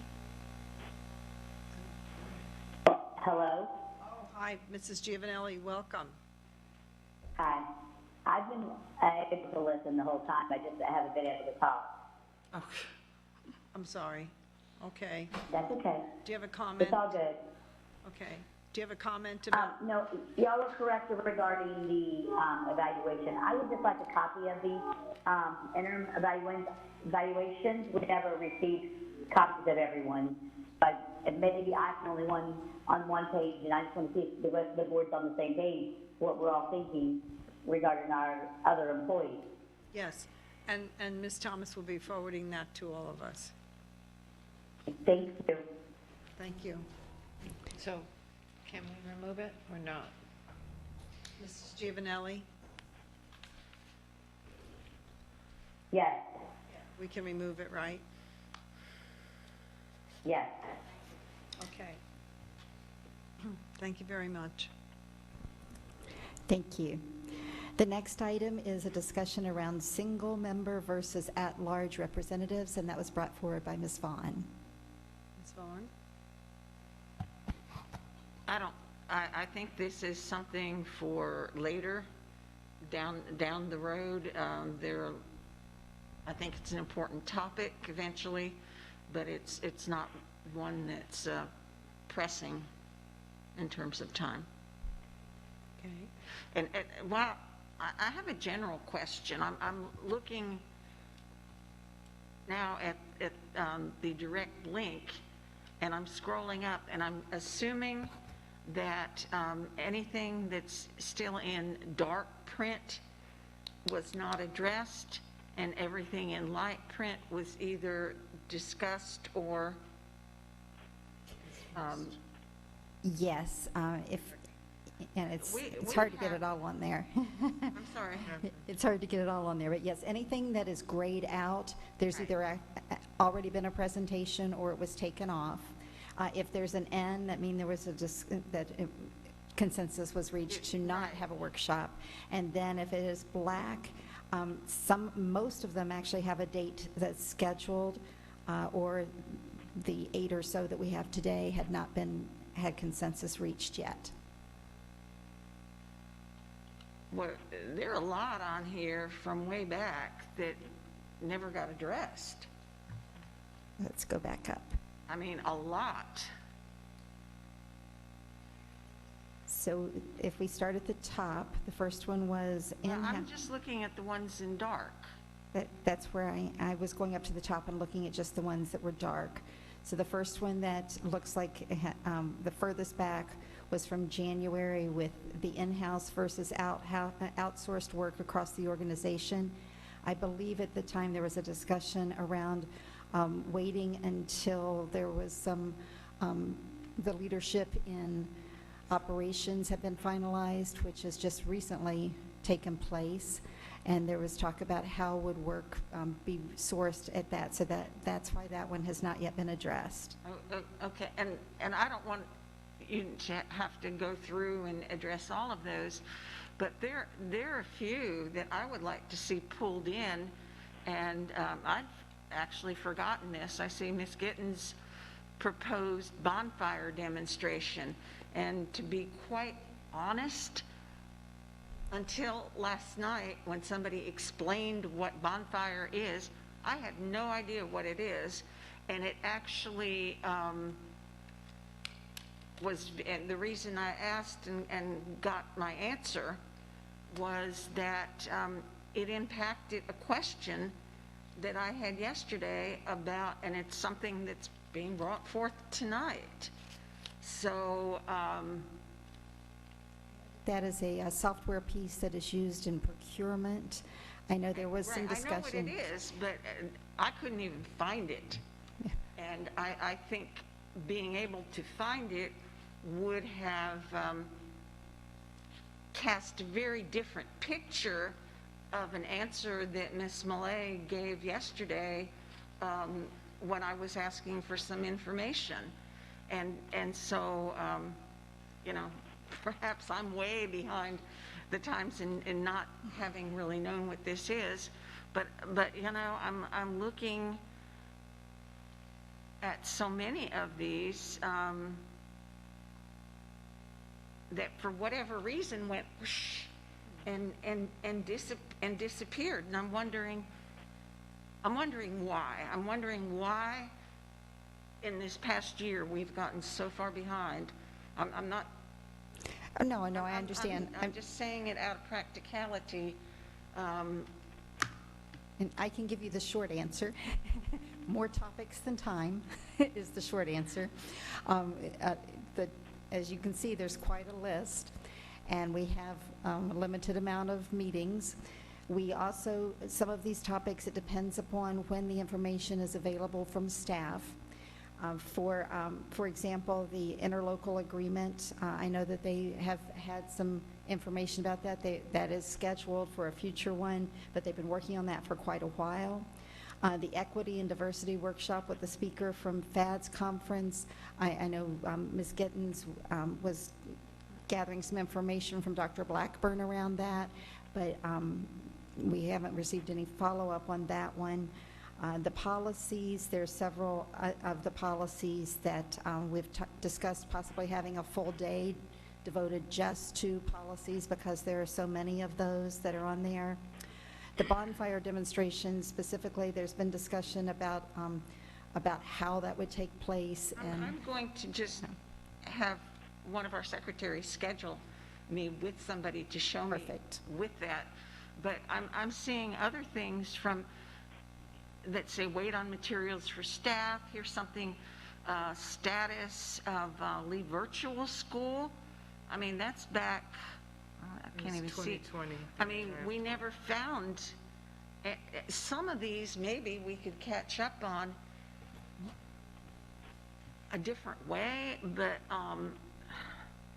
it's kind of disturbing to me right now, and I know I've kind of given a curve here, but I felt like as before we go on with more of these recent ones, we should really look at to see if any of us can pick and choose.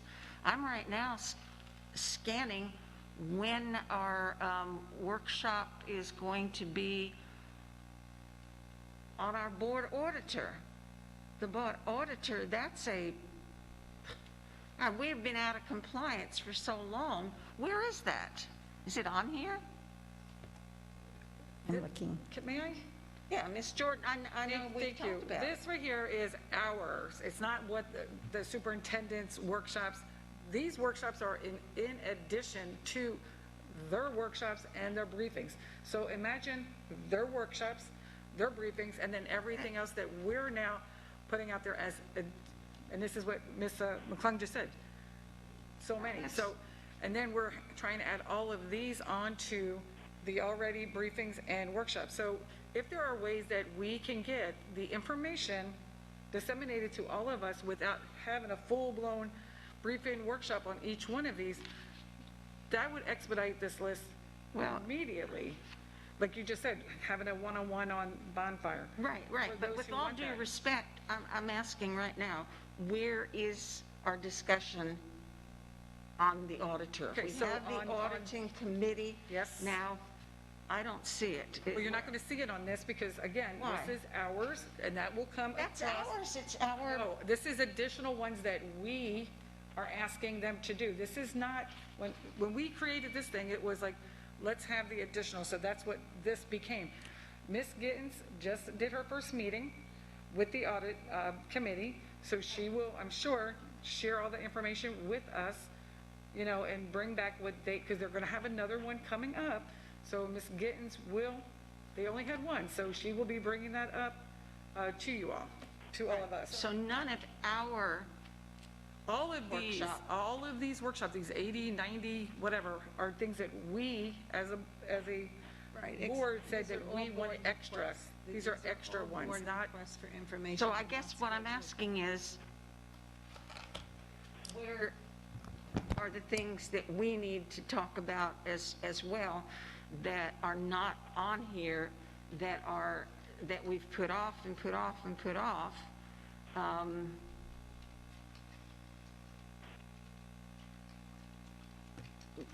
I mean, does that make sense? It So we're does. talking about prioritizing now, and I'm sorry that I missed. No, and I'm so sorry, Ms. Fisher, I don't mean to interrupt you. It's like when we are having conversations and we're discussing at our comments, and then all of a sudden they go, okay, let's add that to the parking lot. Okay, let's add that to the parking lot. Yeah. Now we got 15 new things to the parking lot. So now we've just added 15 new things to everyone else. Because then we have to bring it back to us to determine yes or no. Do we all agree that this is something that we need to have? So first of all, Okay, well, thank you, Ms. Vaughn, for bringing that up, and maybe we can go through those things that are outstanding, and some of the people who requested them may no longer require that information.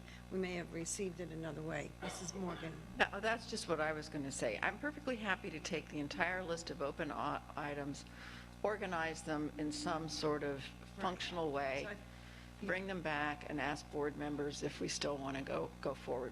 But reduce them to functional areas, maybe we can get a lot accomplished.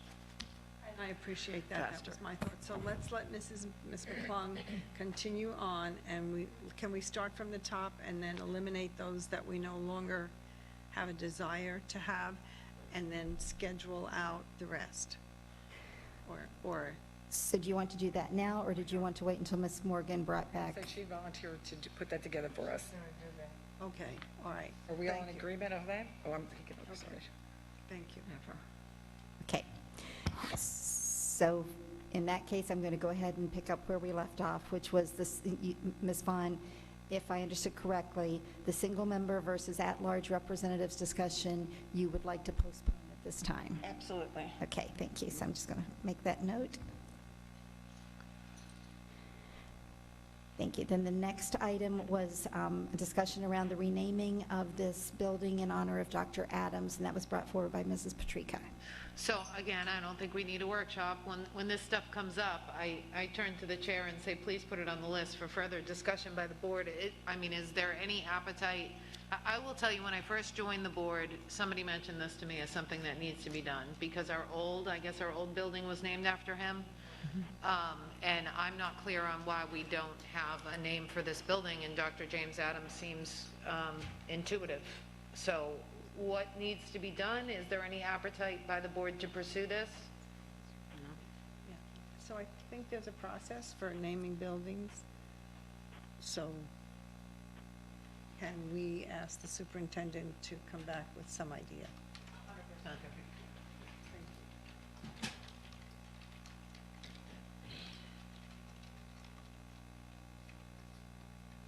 Ms. McClung, please proceed. Yes, I'm just making that note that the superintendent will provide the process for that. And the next one was an audit of the construction process. Again, Ms. Patrica. So this came up at the last meeting when we were discussing quadruple A, and I believe that RSM already did an audit on the construction process, and I'm not sure that it covers what Ms. Giovanelli was looking for. So perhaps, you know, this can be one of those issues that's addressed by the audit committee when they, by the audit committee and the auditor when they are situated. Thank you, Ms. Giddens. I believe, unless I'm getting confused, the operations did a like a timeline and a proposal as to how things went, and they presented it to us at one meeting. And so I don't know what has really happened with that. I know part of it was that go and no-go that we used with the quadruple A. Yes. So maybe, and here's my suggestion, that if there are things on certain topics, if there are things like there's the go and no-go and the presentation that was done already, can that just be sent to us in response to, someone put this on the list, here is some information to look at, and then we'll review the next time whether, and maybe that's what Ms. Morgan is talking about doing, and saying, okay, there's already this and this and this, do we need to leave it on there? But toggling everybody's mind by giving us the additional information, because I know that that's out there, I know it was presented. Ms. Patrica, does that meet your needs? Yeah, I don't really understand what the proposal was there. What the what? What your proposal was there. If you could restate it, please. No, it wasn't my proposal. I'm saying I had mentioned a long time ago, what is the process we use in selecting and building, and who do we talk to when, and when does it come to the board, and when is this?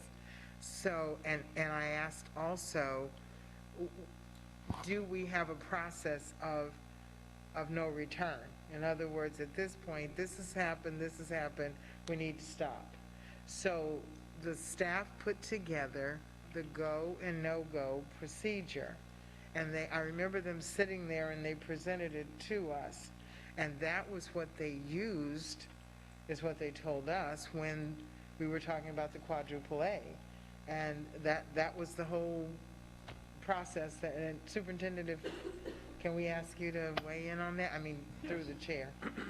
Yeah, I'm happy to respond to that. So we did a board presentation. Essentially what we had done is taken the original construction process that existed back during the Browder regime, made it much more granular, tried to really memorialize various milestones across that process because there wasn't an established written process for going through these pieces. That was one of the things we tried to do to organize. At what points do we come back to the board and provide information? What points do we come back to the board and provide decision points?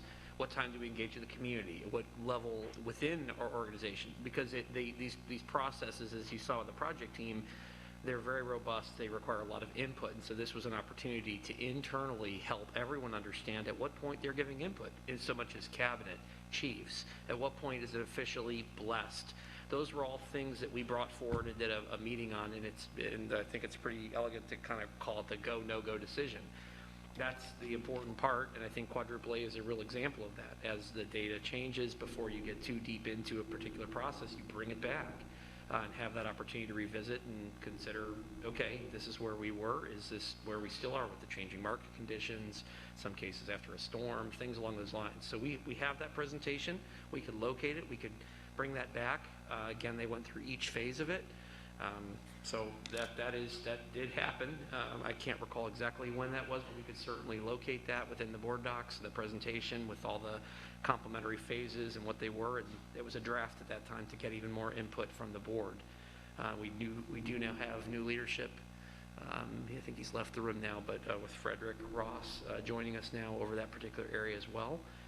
We'd be happy to have that information resent. Then if the board has follow-up questions, we'd love to do it.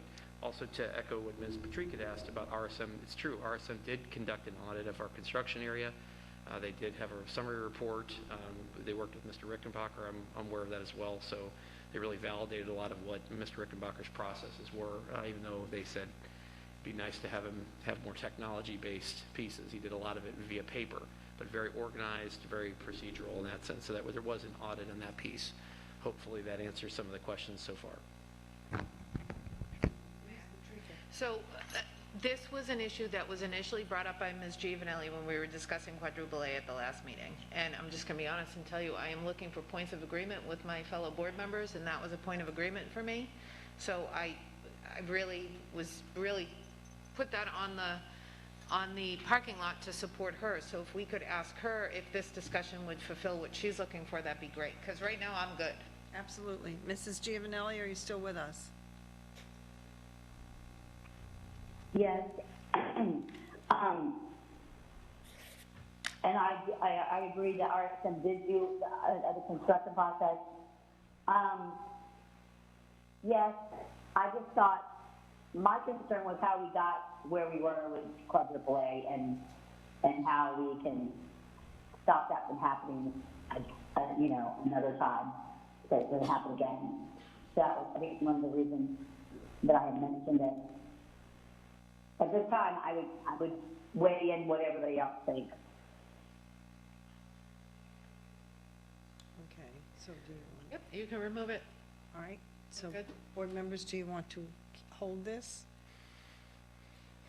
Ms. Jordan, I I think. just wanted to say that July 20th of 2020 is when RSM did the construction one, Right. just for a point of reference. So it seems that we have that information now, based on that last presentation from operations. So, Mrs. Giovanelli, do you want to just postpone this or delete it for now? I'm okay with either one. What is the board, what's the will of the board? Okay. Can you resend the presentation to us, and once I get that, I'm good to pull it? Please. Thank you. Ms. Gittens. This is an example of what I was mentioning several times before, but having a place in board docs to have this information, so that if someone wanted to look up what is the policy, what is the process, and what have we done on this topic, that it would be there and we could see it. So just like the superintendent was just asked to get us that information.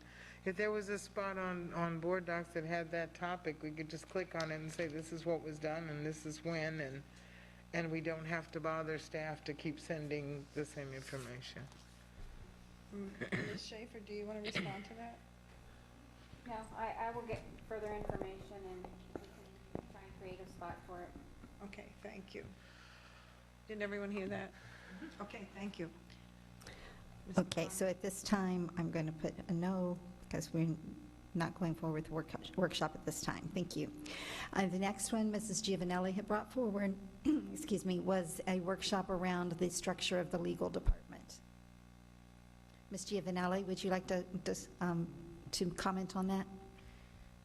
Well, we had a discussion, I think, somewhat yesterday, but obviously we aren't all on the same page at this point in time.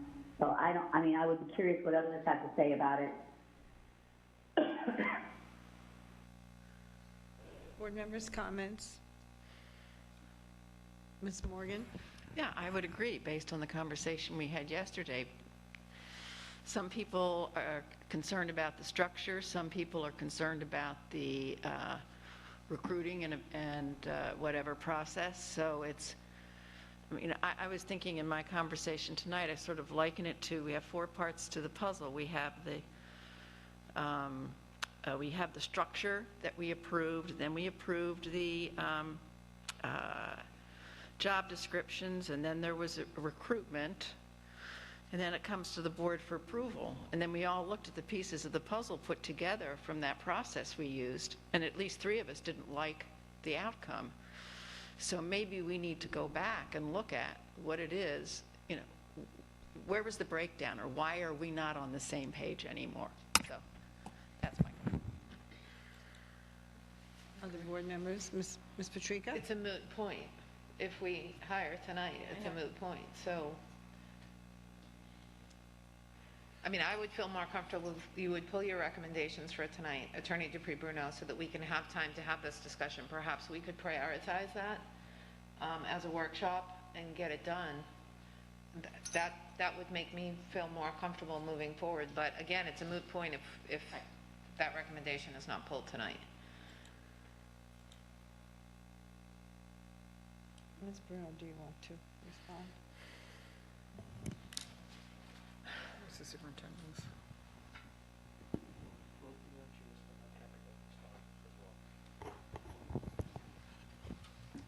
This is to the discretion of the board.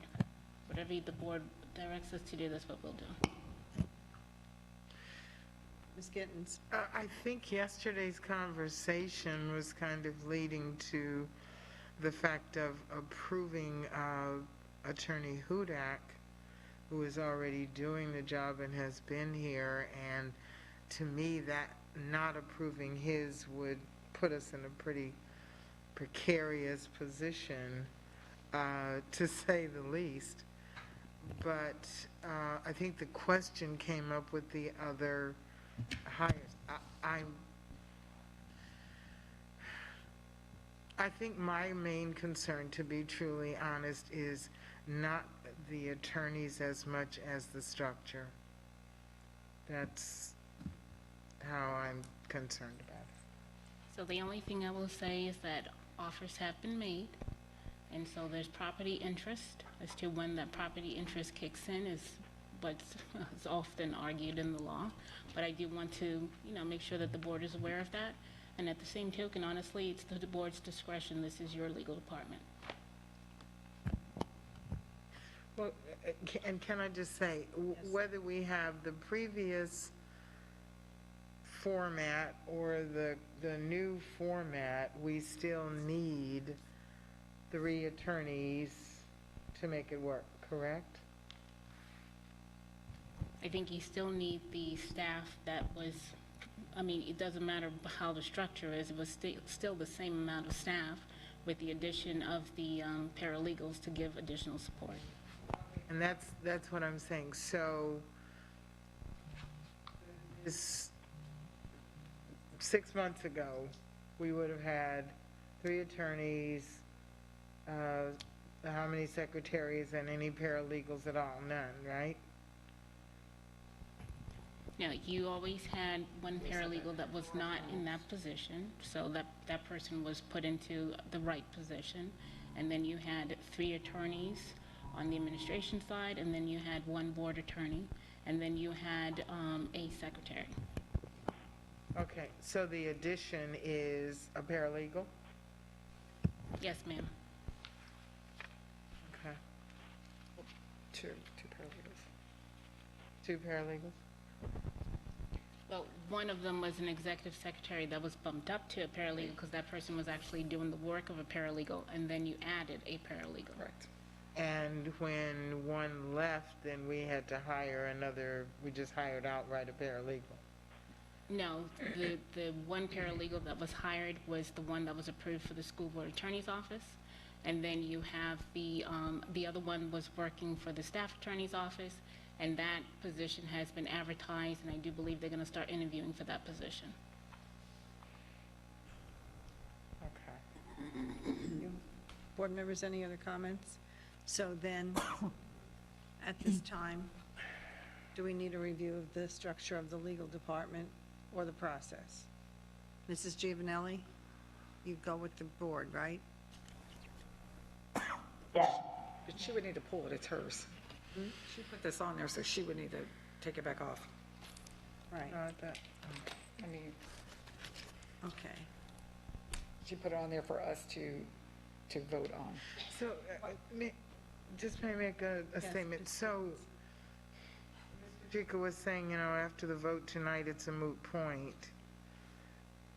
But basically, what we're looking at is the positions, the coordination of that, can that be adjusted? No, because the contracts will have who reports to who, and the contracts would have to be reopened, and the hires occurred tonight, the structure is solidified, and our hands are tied for at least a year. Right, and the contracts are for 1 year. Right. Okay. Okay. May I? Yes, please. I mean, there's clearly not agreement here. As I look at our 2 employees, there's clearly not agreement here. So when there's not agreement, I've seen you pull items before, so I'm looking to my right, asking, please give us time, pull this item, let us have more discussion, let me figure out. I don't feel comfortable with where we are right now. Making a decision that's going to solidify this for at least a year, I don't feel comfortable doing it. So I'm turning to my right, looking at our 2 employees.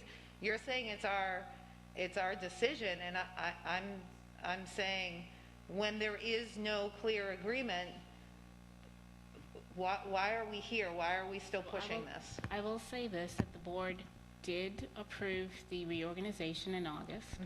The board did approve the job descriptions in October, and the board did approve the budget in September for these hires. So, technically speaking, these are superintendent hires. He makes the recommendations for hire. The law is very clear in terms of what happens when the superintendent makes the recommendation, that you reject it if there is good cause, which would be moral turpitude or inability to do the job. Now, we are hearing from the board that there's concerns. I'm giving you the legal advice. This is where you stand from a legal standpoint, as well as these individuals were provided with this opportunity. So there is a property interest that has arguably been created. We argue in terms of exactly when it's created, but that's the legal advice. Now, if the board chooses to move in another direction, that's within your purview. I provided you with the legal advice. Ms. Gittens?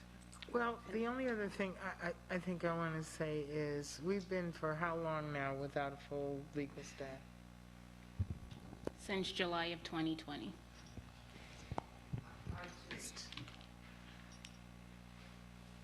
I don't know. I mean, I'm just thinking that if the contracts are for a year, then we can restructure, but I'm still very concerned about the staff that we have.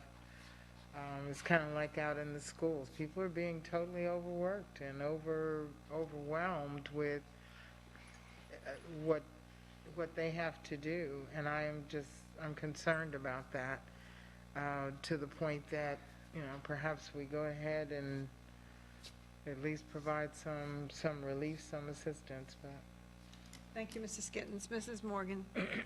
So I'm a little concerned with how people in the district perceive our decision-making process. Because, I'm trying to imagine a principal with people who are unsettled about somebody, or a district leadership team unsettled about someone in a leadership position. We don't encourage people to just do it to get it done. That's not how high-performing executive teams of any kind work.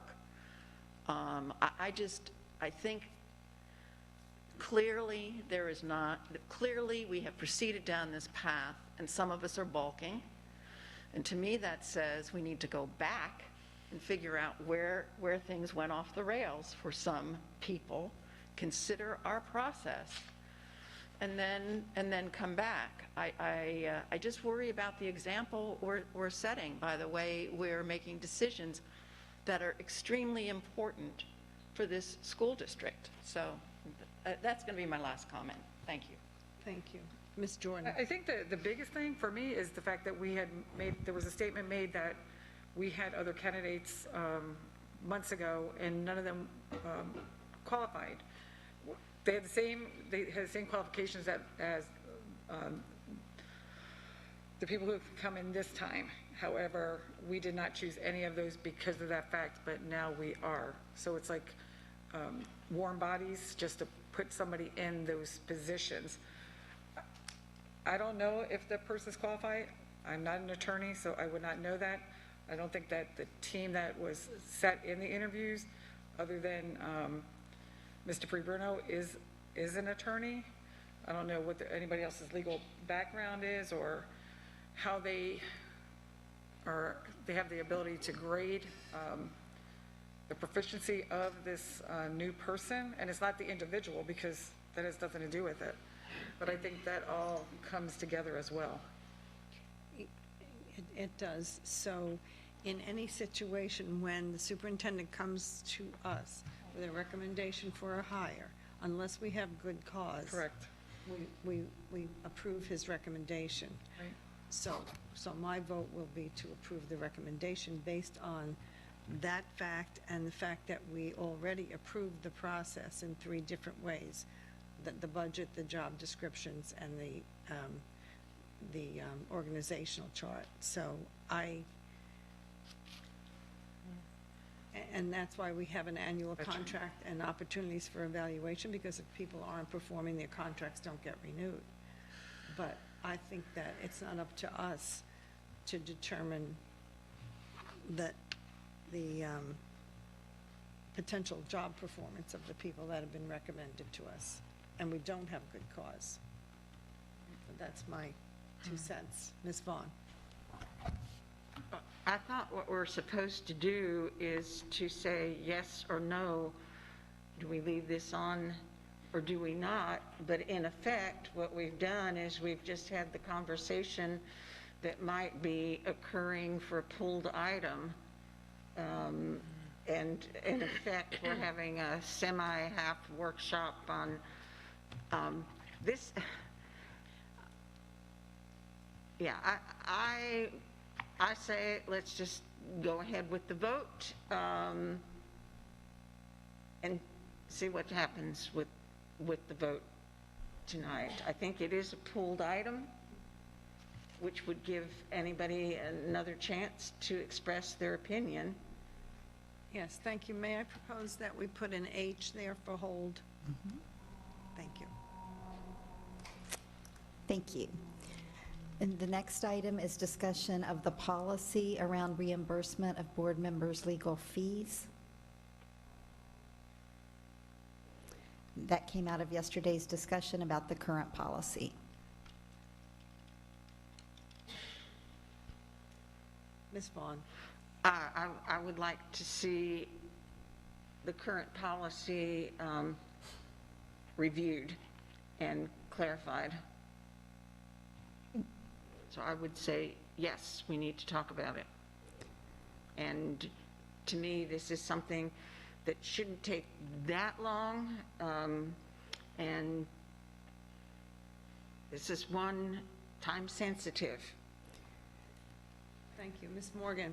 Yeah, I'm going to make a suggestion. If it does come forward, I think it would be really helpful, given the way this board works, if Ms. Vaughn perhaps sat with the board attorney, went through the policy ahead of time, and then came with actual suggestions for changes so that the board would have something to talk about other than, here's the policy, are we going to wordsmith, are we going to do something substantively different? I mean, that's the way I would like to see it play out.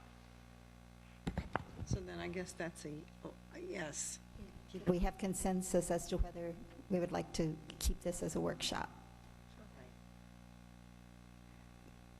So I'll start with Ms. Morgan then.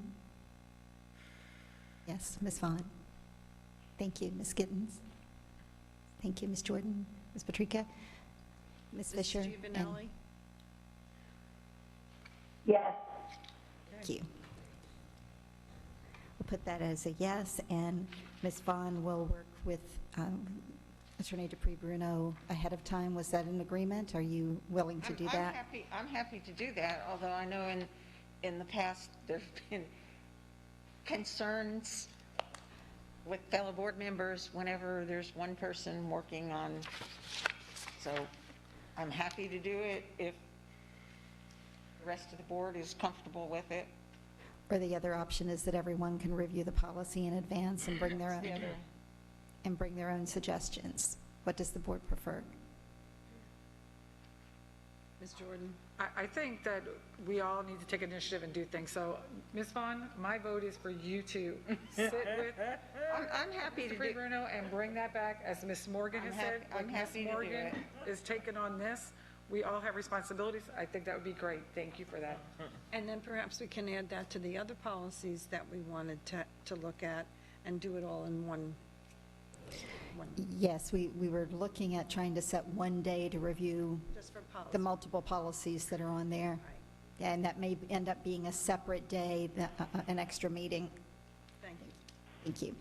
Okay, and then the last one came from discussion today about an ESSER implementation update. So not just the budget, but what is actually being done with the ESSER funding. So I think there was a discussion that occurred at this board today, and it looked like Mrs. Kennedy and her team went away with saying that they would get us that information. So would we want to give them an opportunity to do that? And do we need a workshop for that? Or is it just that we want the information to clarify for when we respond to our public, what exactly does this mean?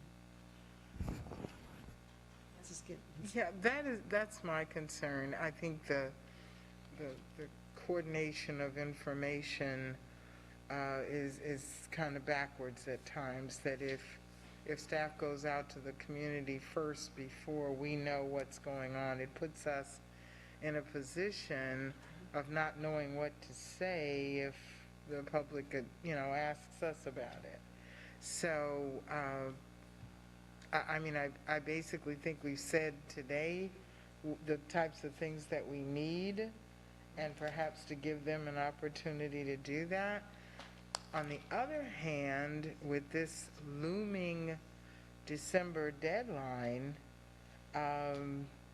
it's like the train's already left the station, and maybe the superintendent or someone can address the fact that we don't have much time to make any changes.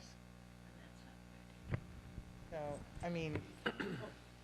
Yeah, I'm happy to respond. So I had some conversation with Dr. Spiro, Ms. Stillwell, Terry Kennedy, Ms. Kennedy, and their team. This is an all-hands-on-deck kind of moment. And the unique thing about the ESSER funds is it's really an ongoing piece. So you have the ESSER 1, which was the smallest amount of money and basically has been expended since the beginning of the pandemic. The funds had to be drawn all the way back to the beginning, and so you had certain expenditures in order to get that high encumbrance early on that isn't necessarily more of the innovative pieces. It was filling the gaps of the moment.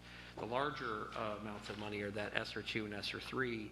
Those plans, as they get submitted and then reviewed, these are new components that have come through of saying now we need public input in a particular way. So what you're seeing has really been an evolving body of work over time. The most impactful aspects of this are the latter stages, the ESSER 2, 3, and beyond.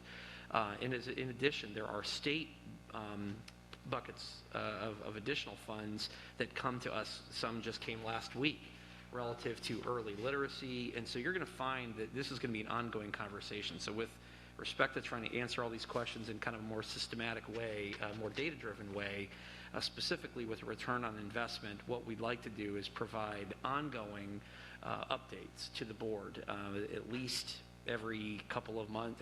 Quarterly would be wonderful. That may be too ambitious. We actually did a briefing at the beginning of the school year with some of the strategies and things that they were implementing at the start of the year to try to address some learning loss.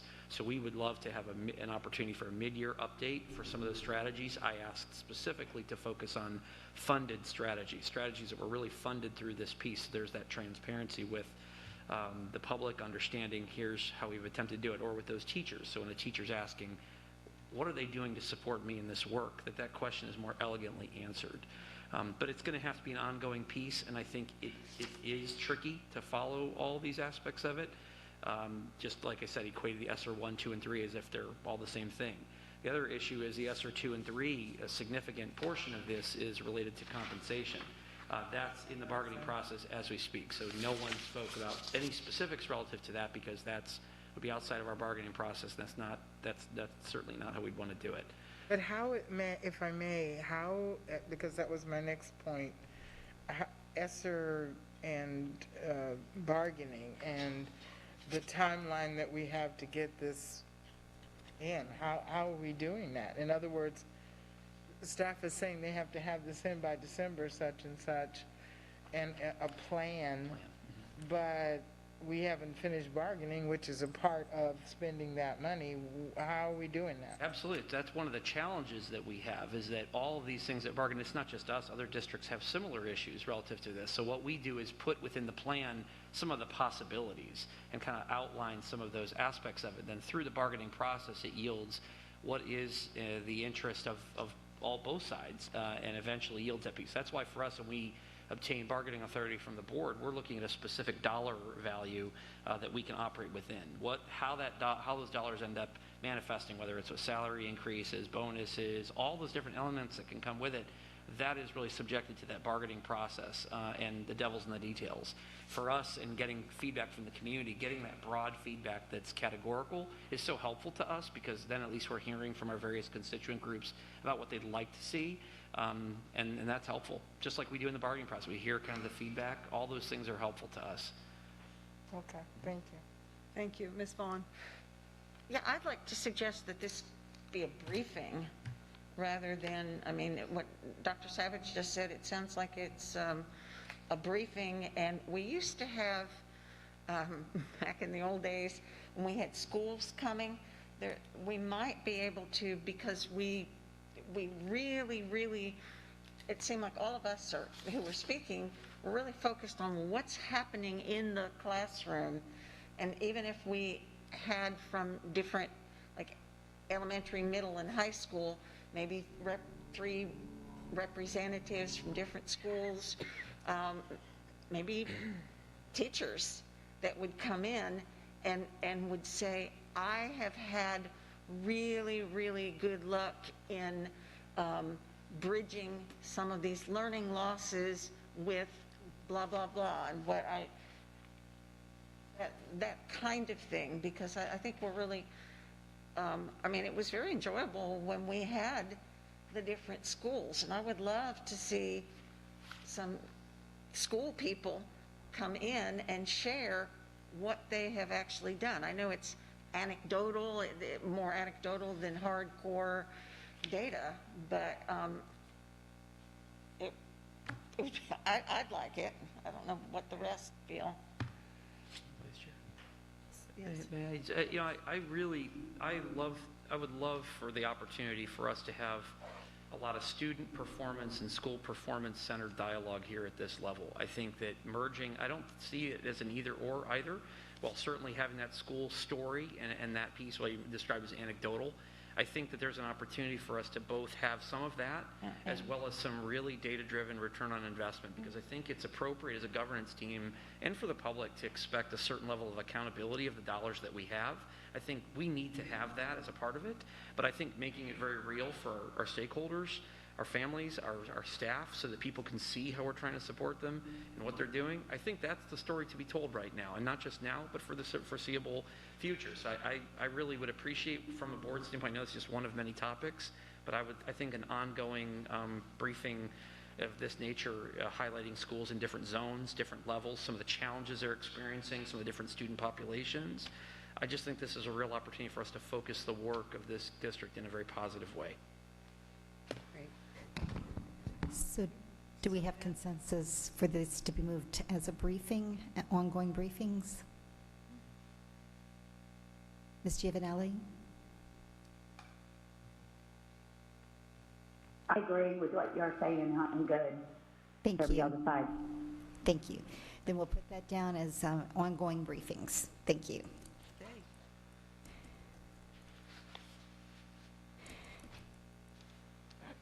Was the last topic that we have. Does anyone have any additional topics that they would like to add today? Ms. Jordan? I do not. She does not. She might come after anyone who does. Ms. Vaughn, did you? Well, You just all right, so I was set straight on my thinking that, you know, these are the ones that once a month, every other workshop is the school district, okay, and this long one. Yes. But since we're talking about workshops, when are we discussing, you know what I'm going to say, the auditor, our board auditor? When is that happening? Can you do that in your public comment? I have my comment about the audit meeting if you want to wait till that. Okay, so There you go. do we have a date? Madam, not Vice Chair, but Madam Chair, if I may ask, Ms. Jordan? Ms. Fisher? Excuse me. So Ms. Gittens, as the liaison, she will give her report today. Right. Right, Ms.? I just heard that. So she will be sharing that, and then we will go from there. So it's Thank you, Mrs. coming Jordan. soon. to a store near you. Just saying. It can't come soon enough. It should have been Continue. months ago. Great, okay. Thank you. Okay. Thank you very much. Have a good afternoon. And thank you very much, Ms. McClung. Okay, the next item on the agenda is public comment. Attorney Bruno, please address the item of public comment. Thank you, ma'am. School board policy provides the opportunity at this point of the meeting to address the board concerning any matter on this meeting's agenda. If you completed a public comment card, please put it in the basket provided in the back of the room. Please be advised that the board will not respond during the public comment to remarks made by speakers. Speakers who fail to follow proper decorum in the chambers will be ruled out of order. Any speaker continuing with such remarks will be required to relinquish the microphone per Board Policy 1.11 and may be removed from the chambers. There will be one warning. Per Board Policy 1.11, the time per speaker is 3 minutes, and you will find a countdown on the clock in the big screen in the front of the room. Once your time has elapsed, the microphone will automatically shut off. Please state your name when you approach the microphone, and I will call you 5 at a time. And Madam Chair, let me see how many speakers we have.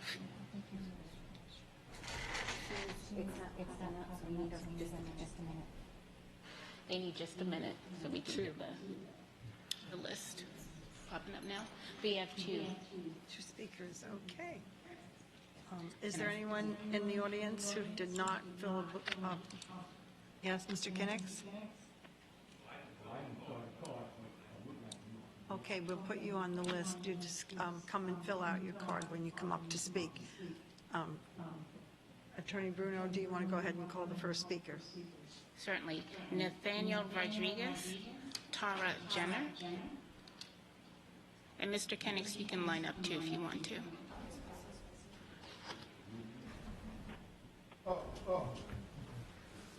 So Nathaniel Rodriguez, Tara Jenner, and Mr. Roy Kenix.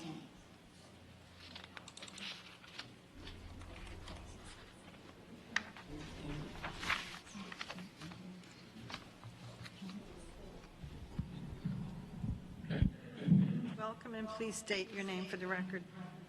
My name is Nathaniel Rodriguez Tarhaka. And Mr. Rodriguez, if you could just wait till they get the clock on the screen for you, and it'll count you down for you 3 minutes.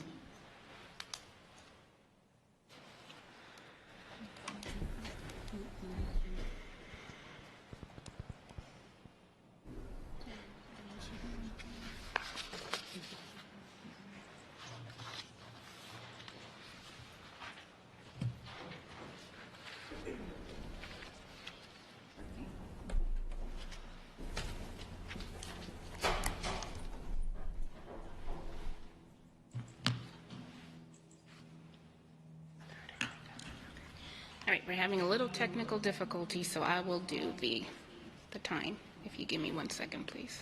Yes, ma'am.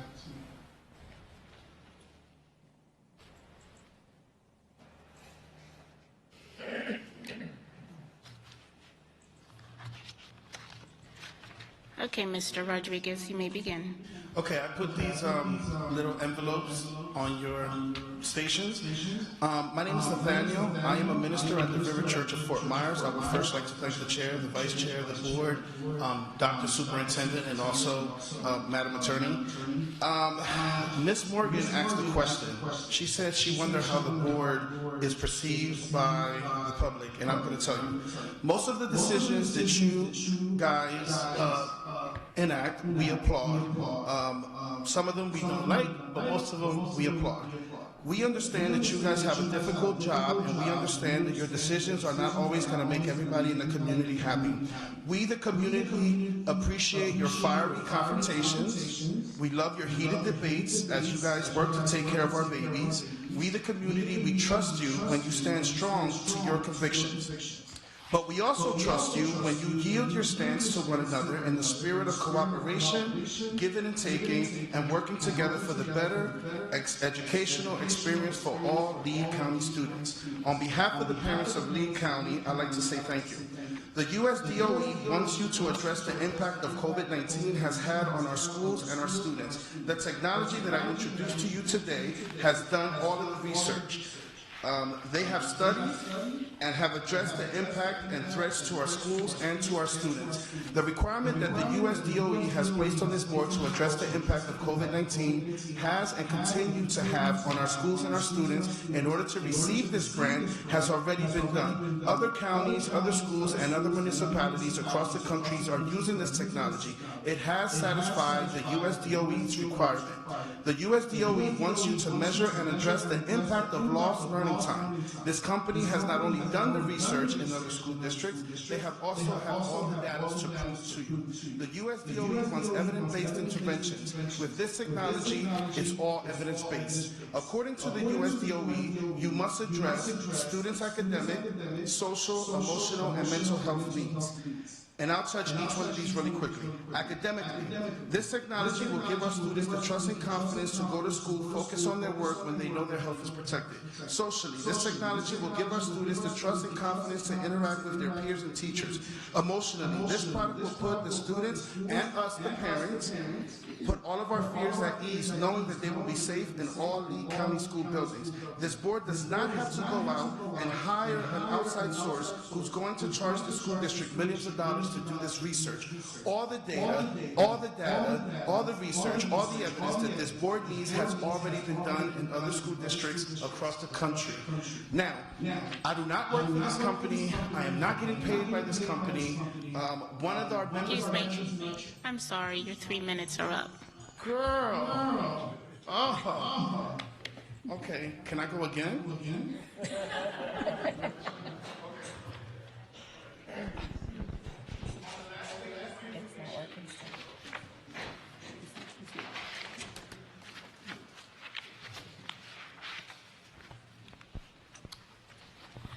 Ms. Jenner, we're still having a little technical difficulty with our timer, so I'm going to do it.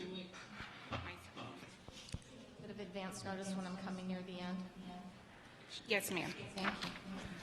Okay, you may begin. Okay. Contrary to the prior speaker, I do not profess to speak on behalf of anybody in the community but myself, and I do not actually believe that his comments reflect my position or those of any other people. As far as ESSER is concerned, as someone who's written many questionnaires, how the questions are written often drive the results. So I would say that hot links in the body of the questionnaire to flesh out some of the acronyms and some of the data would be extremely helpful. Also, putting a data mining questionnaire at the very beginning will often discourage many people from even participating, so to bare minimum, put that at the end. Break down what is already scheduled as part of our budget versus what is exclusively due to COVID and justifying these particular finances. I'm very concerned about the strings that are attached to federal funding when the federal government has zero delegated authority under the U.S. Constitution regarding education, so I'd like to have actually specified what those strings are when it comes to the ESSER funds. With regards to school remodeling, I would say that you guys need to really consider adding in immediately push to add to your legislative agenda a change to the state control and micromanaging the oversight regarding school construction and remodeling so that it's more flexible and hands-off, giving home rule. Give the public a sample letter in the meantime that points out key issues that we can then copy, cut, and paste and send to our state legislators, the DOE, and the governor so that we can get this on their mind and get this change moved forward and fast. I had some additional questions about that. Given the fact that the main building is constructed of steel, was there any consideration given to building a second level to that structure, increasing seating and space? And what about dual functional spacing in some of the areas? Were those looked into or not? As for the board workshop list, the listing was not supplied in board docs, so I had to sit here and figure out what was going on and make some notes in the meantime.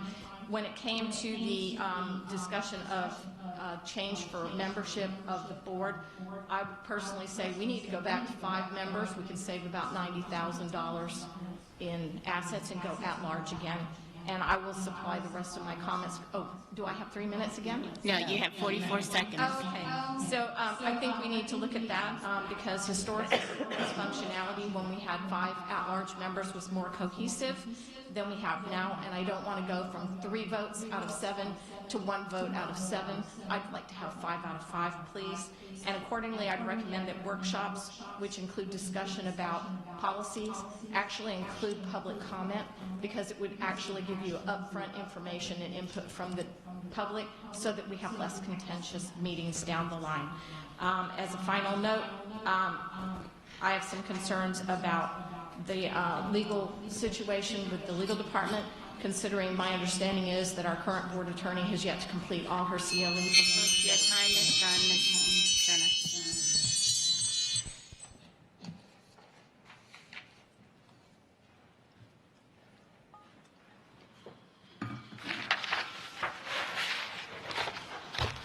Good afternoon, board members. This is Roy Kennix. Once again, I'm pleased to have an opportunity to address you. I want to first identify myself as Director of Planning and Development for Basic Learning Skills Learning Center, Inc. And I know you've heard that name before.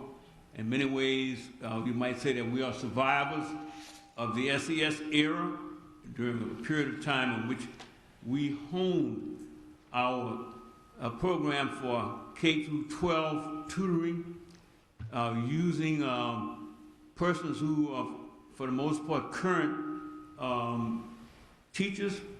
Our program is basically after school. We focus on K through 12 tutoring. We use a nationally normed curriculum.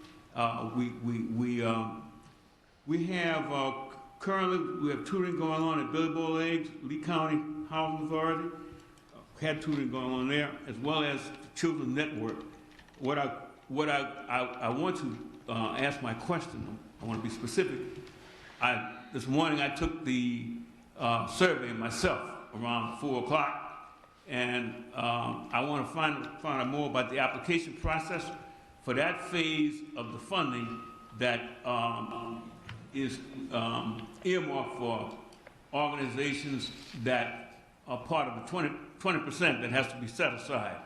I was not able to determine a specific application process, nor a deadline, startup period. I think more details have to be provided with respect to the application procedures. Is there a specific application document? I think if there isn't, that needs to be developed with all the bells and whistles in terms of eligibility. I think you did provide some of that in the materials I read this morning, but I think more needs to be explicated in terms of the requirements, funding periods. We're talking about 3 years from the time a grant is approved. So these are some of the questions I have. I don't know if you intend to make that kind of information available, whether these questions have already been answered, and I may have missed some information I should have seen someplace.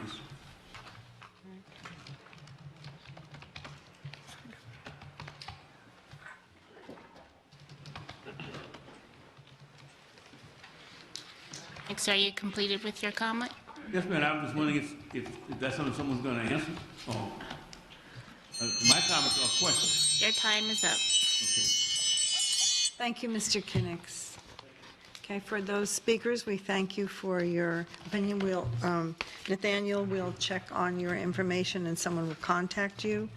Tara, as usual, thank you for your suggestions. They're always spot on.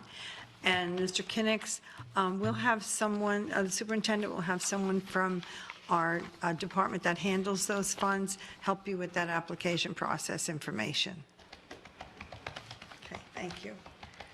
At this time, we are at other business and good of the order. Board member comments. So we'll start with Ms. Morgan. I have none. Okay. Ms. Vaughn. I have none. Ms. Gittens. Okay, I am on. I have a couple of things to bring up. Let me mention, first of all, the audit committee. I'll give you the update on that. Our first meeting, can everyone hear me okay?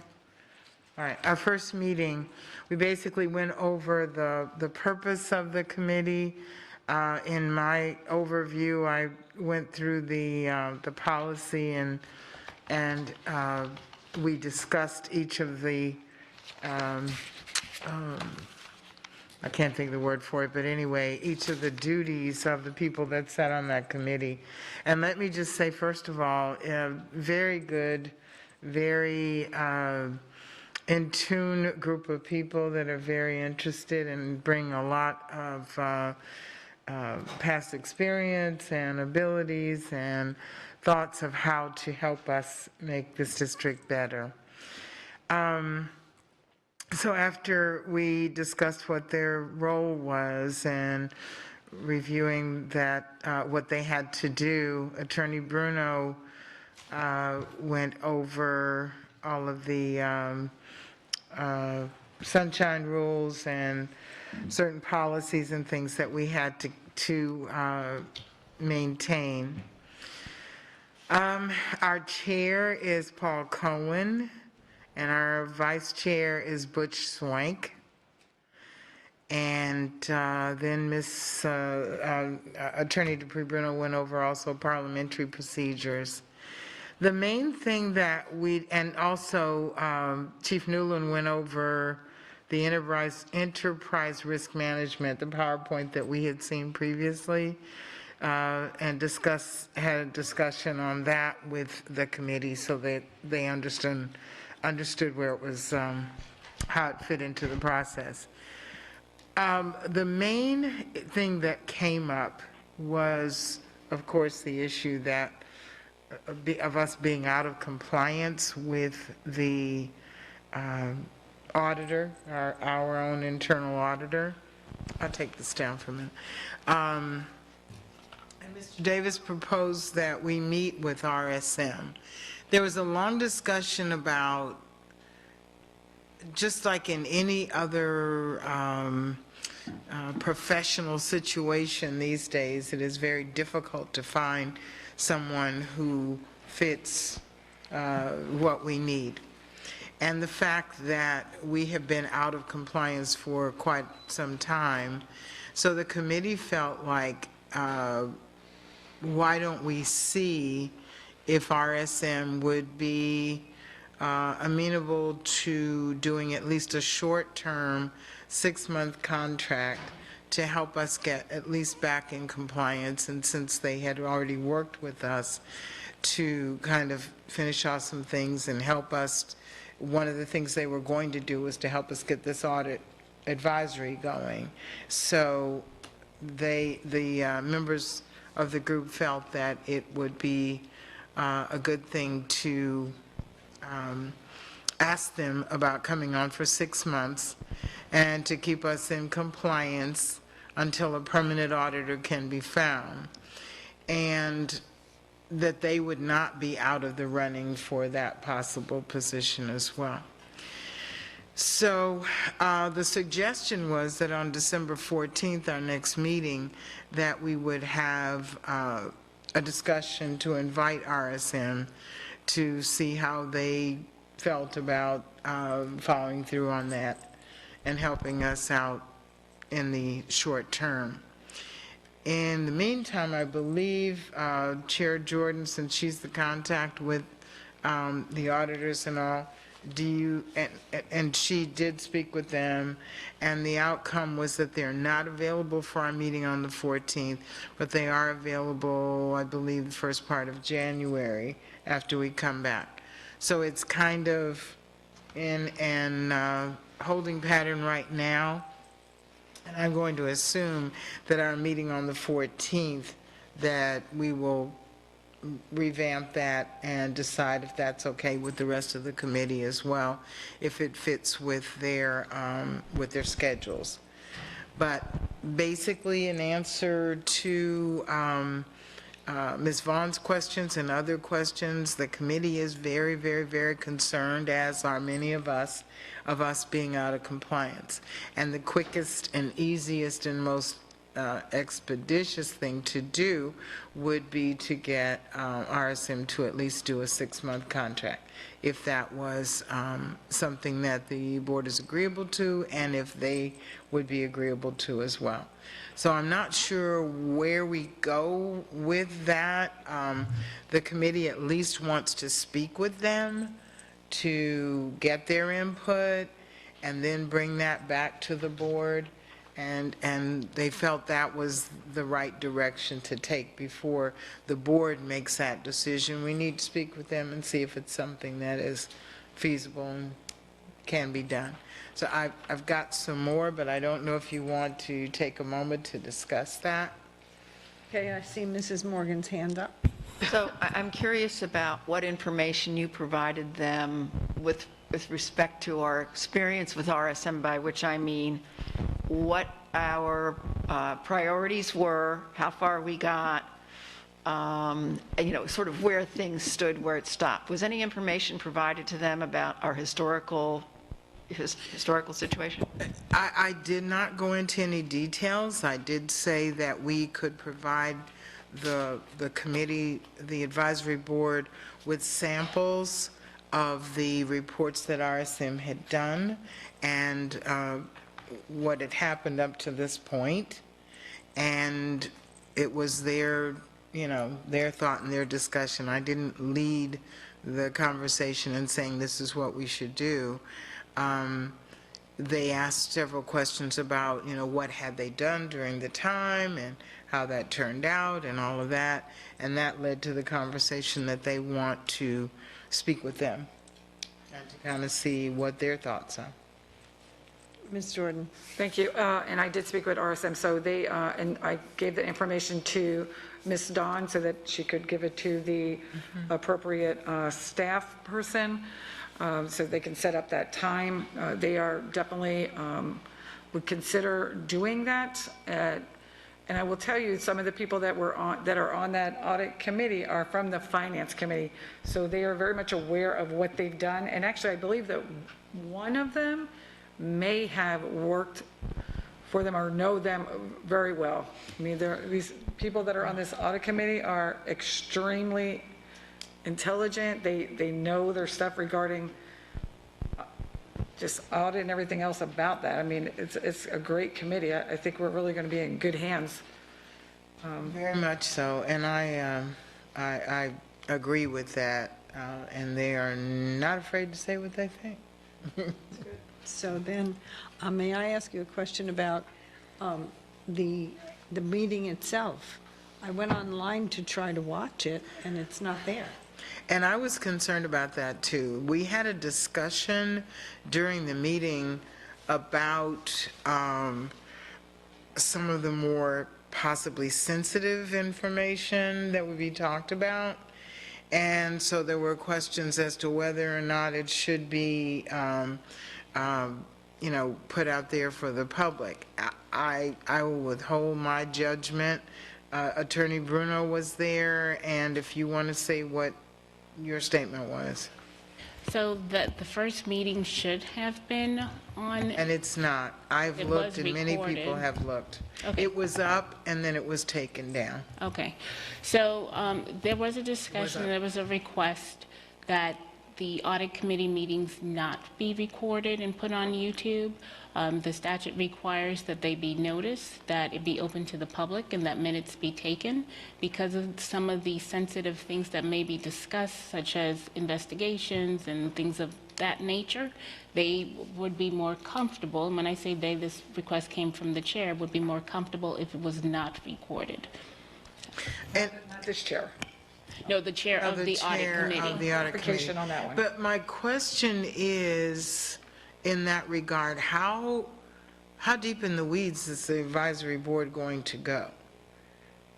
I mean, we're saying that it could be sensitive information. I don't know. I'm throwing out the question. Do you understand what I'm saying? Yeah, so my question is, we have, all of our advisory boards are recorded, and it is public information.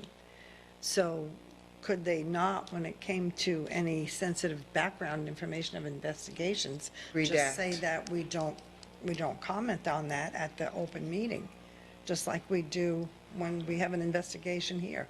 We don't comment on it until the investigation is finished. So this is completely to the board's discretion. This was a request that was made by the chair. Given some of the things that may be discussed, I thought it was appropriate to bring it back to the board, but it's to the board's discretion. This one falls under a different board policy than the other board advisory committees, but again, this is to the board's discretion. May we ask, Madam Chair, of the other board members their thoughts on this? Yes, please do that, Ms. Gittens.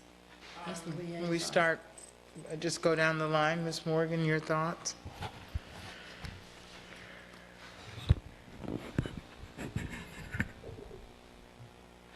I don't know.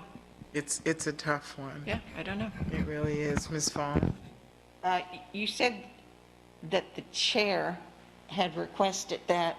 Was there a vote with the other committee members? I don't recall. So honestly, if there was no vote from the other committee members, to me, that doesn't hold that much weight.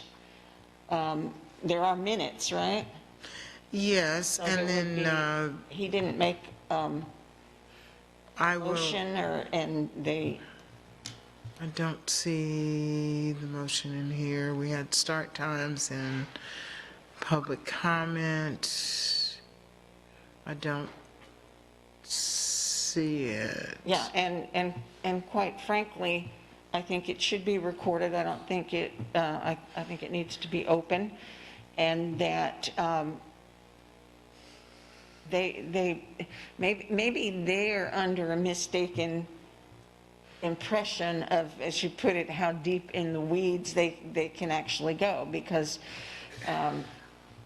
they're there as advisory and maybe giving opinions on certain things, but there's not going to be, they're not going to get to weigh in on things that might not be brought up here at the dais in public. So I will say to that, I was very clear in going through the policy and stating that their purpose and their position was recommendations to the board, but the board has the final. yeah, I'm not doubting that. I'm just, who's the staff liaison? Don Raffel, well, oh no, Dave Newland, yes. Is the staff liaison? Okay. Yeah, so that's my opinion, that I think it should be open just the way the rest are. Okay, Ms. Jordan? I think they had lengthy conversations about that because they were concerned of some of the items that they may be speaking on for our behalf, because they are the people who will be the go-between from us and the auditor or audit committee person. So they're going to be helping them come up with the plan of what we're looking for, and then bringing that to the liaison so she can bring it back to us. So that's what they were concerned about. And I think this is where... And it is open for the public to come in there, as Mr. Preverno did mention, that they can come in, anybody can go in there and watch the meeting. They were just concerned of what may come out of that. And this may be where the input of the internal auditor, whether it be RSM or whomever, can help us to make that decisive decision, which is why they are first focusing on getting that, person or persons in that position. So, Ms. Patrica? So this is not a substantive thing. This is their way of work, and if this is how they want to do their work, who am I to stand in the way of that? If I may, through the chair, ask Ms. Gittens to please ask them to put this to a vote next time, so we have clear direction from the will of the committee as opposed to just a discussion. And as always, I am inclined to follow our attorney's advice, and our attorney, if I recall our emails correctly, advised that we allow them to do this. So that's where I stand. So given the sensitivity of some of the things that were discussed, and the fact that, we're not required to have it videotaped, and we do have to be careful in terms of some of the things that are revealed based on investigations and whistleblower names and things like that. So, again, this is to the board's discretion. I provided you with my legal opinion, and the board makes their decision as to how they want to move forward. Ms. Vaughn? And yet, a member of the public coming in there would be in his or her rights to record. Yes, can't stop And, that. and that would be more of a, well, of course, nowadays you can edit anything, can't you? But it'd be easier to edit. But, I mean, they could live stream it, and it's happened before, hasn't it? So I really see it as kind of a moot point when the public has a right to not only sit in, but we can't stop them from recording. Am I not correct on that? You're correct. We can't stop them Okay, from so recording. that's my opinion. I just have one question for Attorney Bruno then. What is the purpose of the audit committee? So the purpose, so there's a couple things. One of them is that they're going to be, let me pull up the policy, Ms. Fisher. Oh, I have, Make recommendations to the school board regarding internal controls, accounting procedures, systems and controls, and financial reporting in according with laws and recommendations. And one of the things that they were concerned about is, let's say they say, okay, we're going to audit HR and this particular department, giving the heads up to that department that they're looking into this or they have those concerns. So that was, I think, one of the rationales behind that, but. And that's the committee or that's the auditor? Well, the auditor is working with the committee and coming up with the plan, the audit plan for the entire district. Right. So it, What did they do before the last time around? but they'll be working with the committee this time to generate that. Okay, thank you. okay, Ms. Giovanelli, are you available to weigh in with this? May I just, can I just finish one thing, Ms. Gittens? Yes. Just to go back to finishing your answer, Ms. Fisher. So they report, give recommendations. They work with the internal auditor to develop an audit plan for approval. They review internal and external audit reports, recommend investigations and/or additional audits, perform oversight responsibilities as directed by the board, review and make recommendations to the school board about internal and external controls, annually review and assess the board's internal auditor's performance and make recommendations, and then make recommendations for operation audits to assist district process efficiency and effectiveness. Okay, thank you. I appreciate that. Ms. Giovanelli? Okay, so you know that I'm all about transparency and accountability. And if anybody can go in there and record it, then it should be recorded, and so that you eliminate someone coming in and recording and videoing. I understand sensitivity, but we have to be transparent. If reports are given, then maybe you can just do initials and not actually say someone's name. But if you don't think that when a department is going to be audited, that information is not going to get to them probably within a few minutes, y'all are fooling yourself, because information is going to get that to that department that they're going to be audited. So I think being open and transparent, so as a board we can go back and watch it ourselves and form our own opinion without attending, is the same way with the community. Do the same thing. I think you have to be make it accessible, and that's why we have a policy that that a board advisory committee be recorded, and I'm going to support that. If I remember correctly, some of these people on the finance committee were the ones that didn't want to, that were trying to change the board policy that we had in place regarding videoing, and so that possibly could be the same people asking that it not say, being recorded again. So I'm for recording. It just keeps it simplified. there should be a way that we can do it without exposing everyone's name or even department. You can Jane Doe anything and redact some things. So we do it every day. That's why we are guided under the sunshine. So I believe in doing everything in the sunshine. Thank you. Can you do at least a consensus that, and I will take it back to the group to get a vote and further comments on what they have to say, but I'd like to be able to say what the board kind of consensus might be or thoughts might be, so. Okay, so then I would like you to take it for a vote to the audit committee, that request. Ms. Patrica? I don't understand what I'm voting on. Which request? Basically, the thoughts as to whether the board collectively feels that one advisory board should be exempt from recording. Okay, so my feeling is this is their way of work. We should allow them to determine their way of work. So how does my vote go? I don't know what the question is that I'm asking. I mean, what's the question? Then you don't want to allow them. Then you don't want to allow them, it's a no. I want them to allow them to be exempt. Okay. Okay. Anyone who wants them to allow to be exempt from recording, thumbs up. It's a committee and not an advisory committee. They're different. No, it's an audit advisory, is it not? No. It's not under 1.20, I believe, which Totally is your different. board advisory. It's under a different policy. However, it's still to the board's discretion. Okay.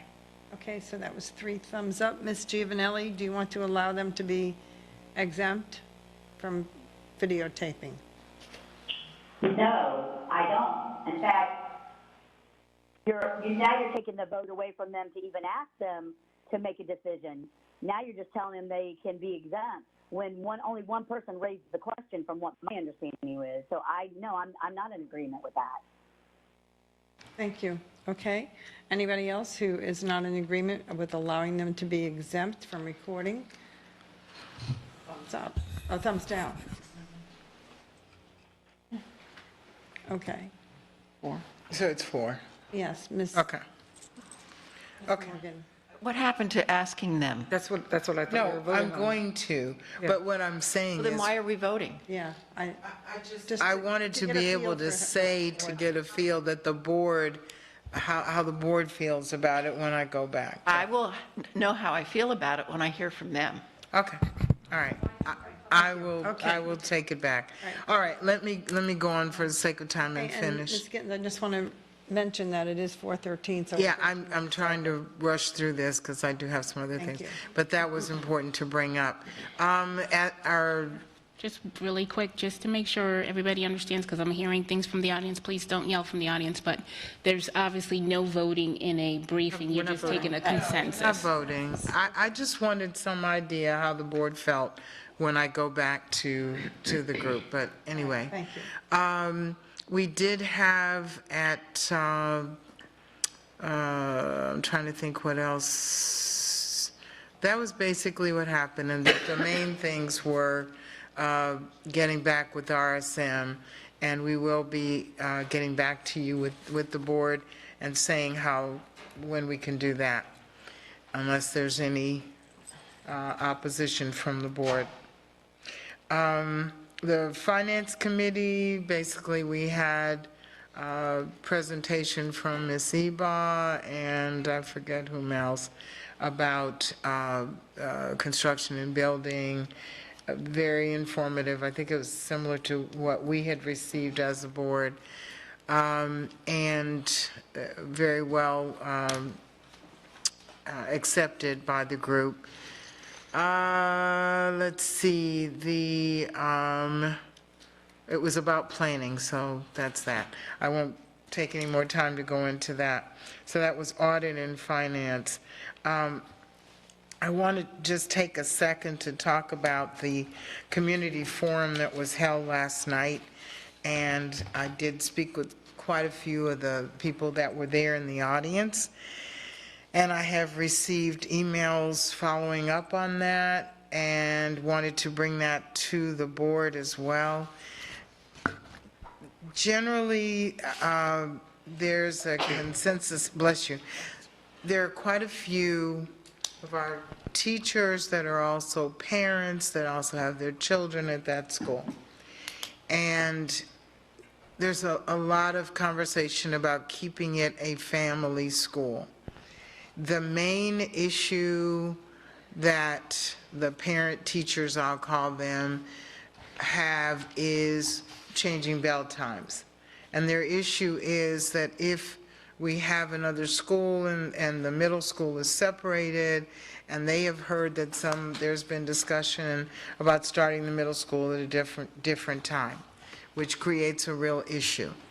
The other caveat to that is in January, in probably less than a month or so, we start school choice. The individuals there are very concerned that school choice will start and they will not have an idea if there's going to be a bell change. My thought was, if it's still all one school, then, you know, it's a K through 8, it's just that there's one group in another building. But there's a little bit more to that. And I've also talked to quite a few people in the community that have said, why don't we just leave Veterans Park Academy a K through 8 as it is, and have the old Lambs building to be a middle school, which we desperately need, and then have the Performing Arts Center that would be shared by both. The names can still reflect, you know, Veterans Park Middle or however else, or even a separate one. The thought is we have much higher need of middle school seats in the East Zone than we do any other of the grades. When it was discussed last night by staff as well, that they had questions like, you know, well, how is this being paid for? And they were told that there's a team that makes the decisions. The audience asked questions as to who the team was, and they were informed that it's a various group of people from various teams, various departments. There were just a lot of questions, and a lot of things were left up in the air. They were also told, well, they also mentioned that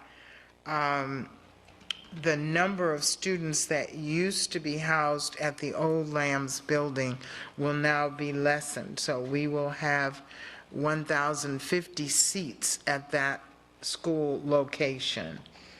And there's 800 and some already in 6th to 8th grade at Veterans Park. So we are only adding like 200 seats to student seats in middle school in the East Zone.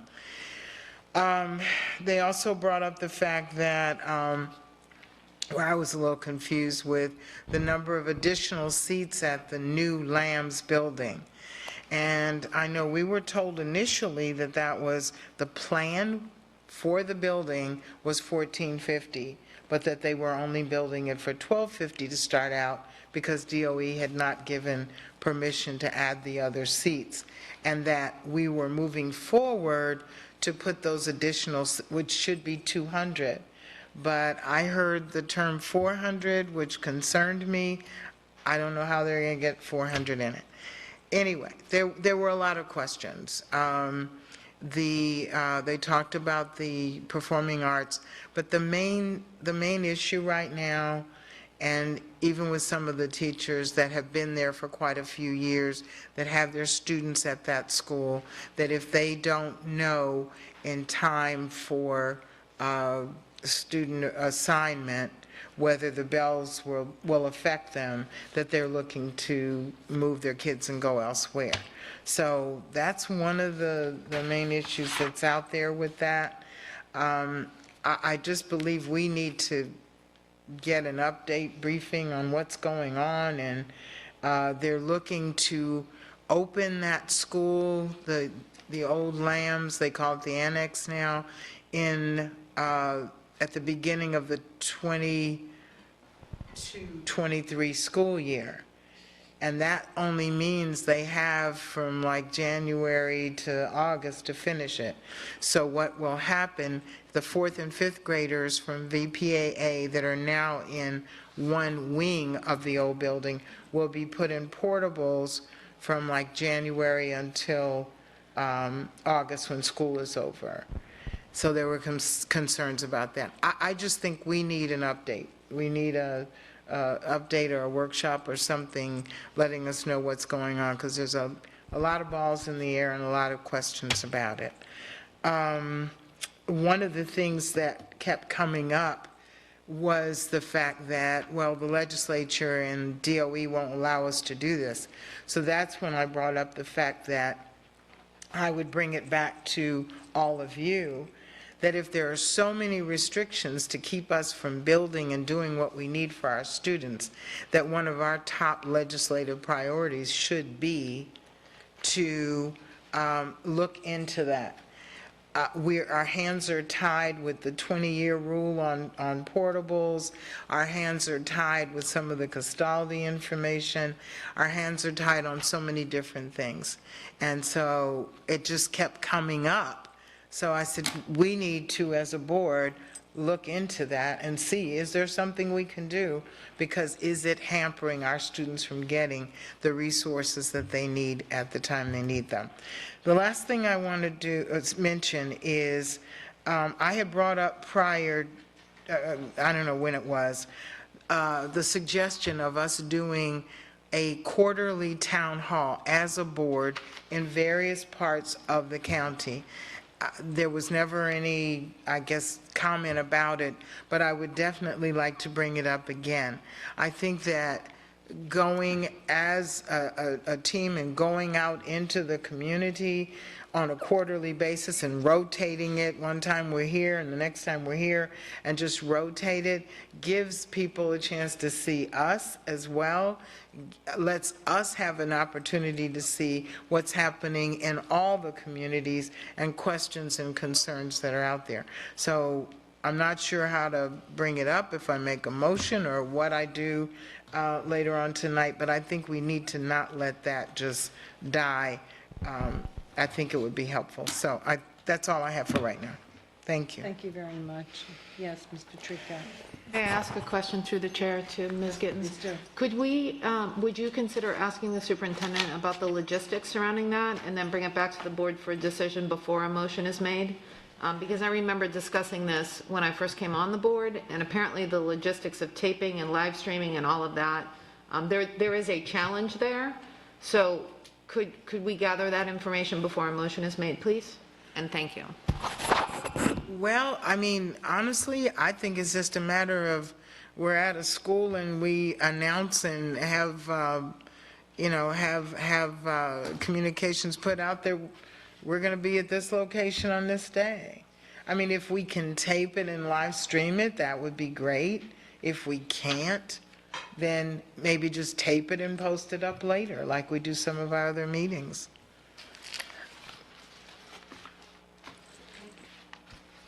Okay, Ms. Jordan. I don't really have any comments. I think that's a great idea. It's like coffee with the cops. You know, Yeah, you go and yes. you sit there and you have conversation with the Right. cops or whatever it's called. But yeah, it's being out there and being present. I like that. I would be more than willing to do that. I do have a couple really quick things. So last night they did the Rotary South All-Stars banquet, and the kids from all across the district came out. That place was packed, a couple hundred easily. They ran out of seats actually for these kids, and they're excited. So tomorrow is their big game at Fort Myers High, and it's the South against the North against the South, and yeah, they're ready to play. And they were all cheering each other on, so they're working together to win. And then also then this morning, I was able to be a part of it for a brief moment, Lead Like a Girl, which is another thing that we're doing in the district, which it's learning, education, advocate, and development. Thank you, Ms. Fisher. And we have kids from middle school, high schools, girls who are there who have the ability to have a roundtable discussion, a free space to speak, to build themselves up, and I just thought it was really great seeing all those kids there, and they were all queens for that moment. So that was really great. And then I'll share later a lot of the learning. I got a lot of good information this past weekend, things that we can really bring here and use. Teacher of the Year, who was phenomenal. Some of the speakers that spoke to us on giving hope and why are we here, staying focused to kids and not adults. But there's so much stuff that's that we have learned over the weekend, or I have learned, and I just feel that I will definitely be sharing that information out with all of you as well. And I just want to thank everybody, and again, to our teachers, bus drivers, we really, really do care about, and I hope they're having a good session. That's my comments. Thank you. Mrs. Giovanelli, do you have any comments? No, I don't. Thank you. So I have a couple that I have to make tonight, but I'll try to go through these quickly. I know you'd rather sit here now than tonight. So I want to say congratulations to Emily Emmerich. Is that how I say her last name? Yes. I'm super thrilled for her to get that promotion that I'm assuming we will approve tonight. Her list of accomplishments and acknowledgements is as long as I am tall, and I want to give kudos to her. What a win for the district. Get it? The little twist on district wins. Get it?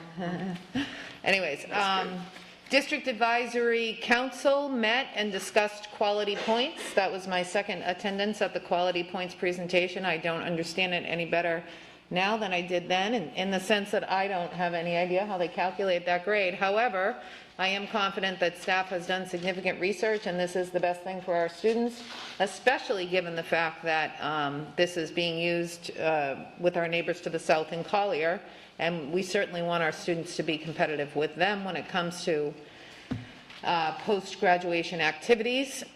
I will discuss FSBA conference in more detail tonight, but I did want to talk to the board about NSBA and the decisions made by the FSBA Board of Directors. The FSBA Board of Directors has unanimously agreed to allow our membership in NSBA to lapse. We have also unanimously agreed to become one of the 10 founding states to create a new National Association for School Board Members. Next, I want to thank Suncoast. I read about the grants that they are providing to our students. I don't want to say the number wrong. For some reason, I didn't write that down. But from spelling bees to outdoor agricultural classrooms and everything in between, these grants will be fantastic for our kids. Thank you to Suncoast and for the staff that worked to secure, as I see Terry back there shaking her head, that worked to secure that money for our students. Thank you very much. In terms of, this will be my last comment for this afternoon. In terms of the principal coach position, Dr. Savage, I wanted to publicly express my strong support for the creation of that position. And I alluded to this during the student hearing this morning. I'm really concerned about our administrators. We talk a lot at this table about bus drivers and teachers and support staff, but we very rarely talk about our administrators. They've got it tough. They've got it really, really tough. I mean, they're dealing with the stress of the teachers, the stress of the principal, I'm sorry, the stress of the paras, the stress of the support staff, the stress of the bus drivers, and there's no one for them to turn to, so to speak. There's only 3 district people to whom they can turn for support, and you know, we're seeing a teacher shortage, a support staff shortage, a bus driver shortage. My fear is our next shortage is going to be administrators, and I don't think that we have a ton of experience waiting in the wings to take those positions. They do not have the luxury of, you know, a meltdown or a breakdown. They do not have that luxury. So I'm really, really concerned about them. I do believe the principal coach position is a step in the right direction to provide them with some of the support that they need. And I'd like to see if we can do more for them. I'd like to see if we could do more for all of our employees, but I really feel like administrators are sort of the forgotten group. And I want to know what we can do to support them. They're not feeling supported, they're not feeling trusted, they're not feeling appreciated, they're not feeling safe. And this is feedback I've gotten from our own administrators and from administrators in other parts of the country. I was at a wedding this weekend with my sister. She's an AP in Rhode Island, and an hour and a half, she just went off on me. She would not probably take that opportunity with her own school board member, but she took that opportunity with her sister, who's a school board member, and everything she said was completely legitimate. The fear, the frustration, the complete and total inability to keep every single ball in the air that they have to keep in the air right now, fear of failure, just and a lack of support from her board. And my fear is the vitriolic political environment that we're living in, and some of the way we behave here at the table is not helping them, and it's impacting them negatively. So I just wanted to say that out loud. I'm not sure exactly how to address the problem. I don't like to raise a problem without a suggestion for a solution, but I wanted to raise the problem, let you know I identify it, ask for feedback, not right now, but feedback from colleagues and certainly from Dr. Savage is how can we better support our administrators? That's my question. How can we better support our administrators? Those are my comments for now. I have a couple that I have to save for tonight. Thank you. Thank you very much, and I will save my comments for this evening in lieu of the time. Attorney Bruno, do you have any comments at this time? No, ma'am. Thank you. Superintendent Savage. I don't have any comments either at this time. Thank you, Madam Chair. Thank you very much. Okay, seeing no objections and having no other business to perform, this meeting is adjourned. Thank you.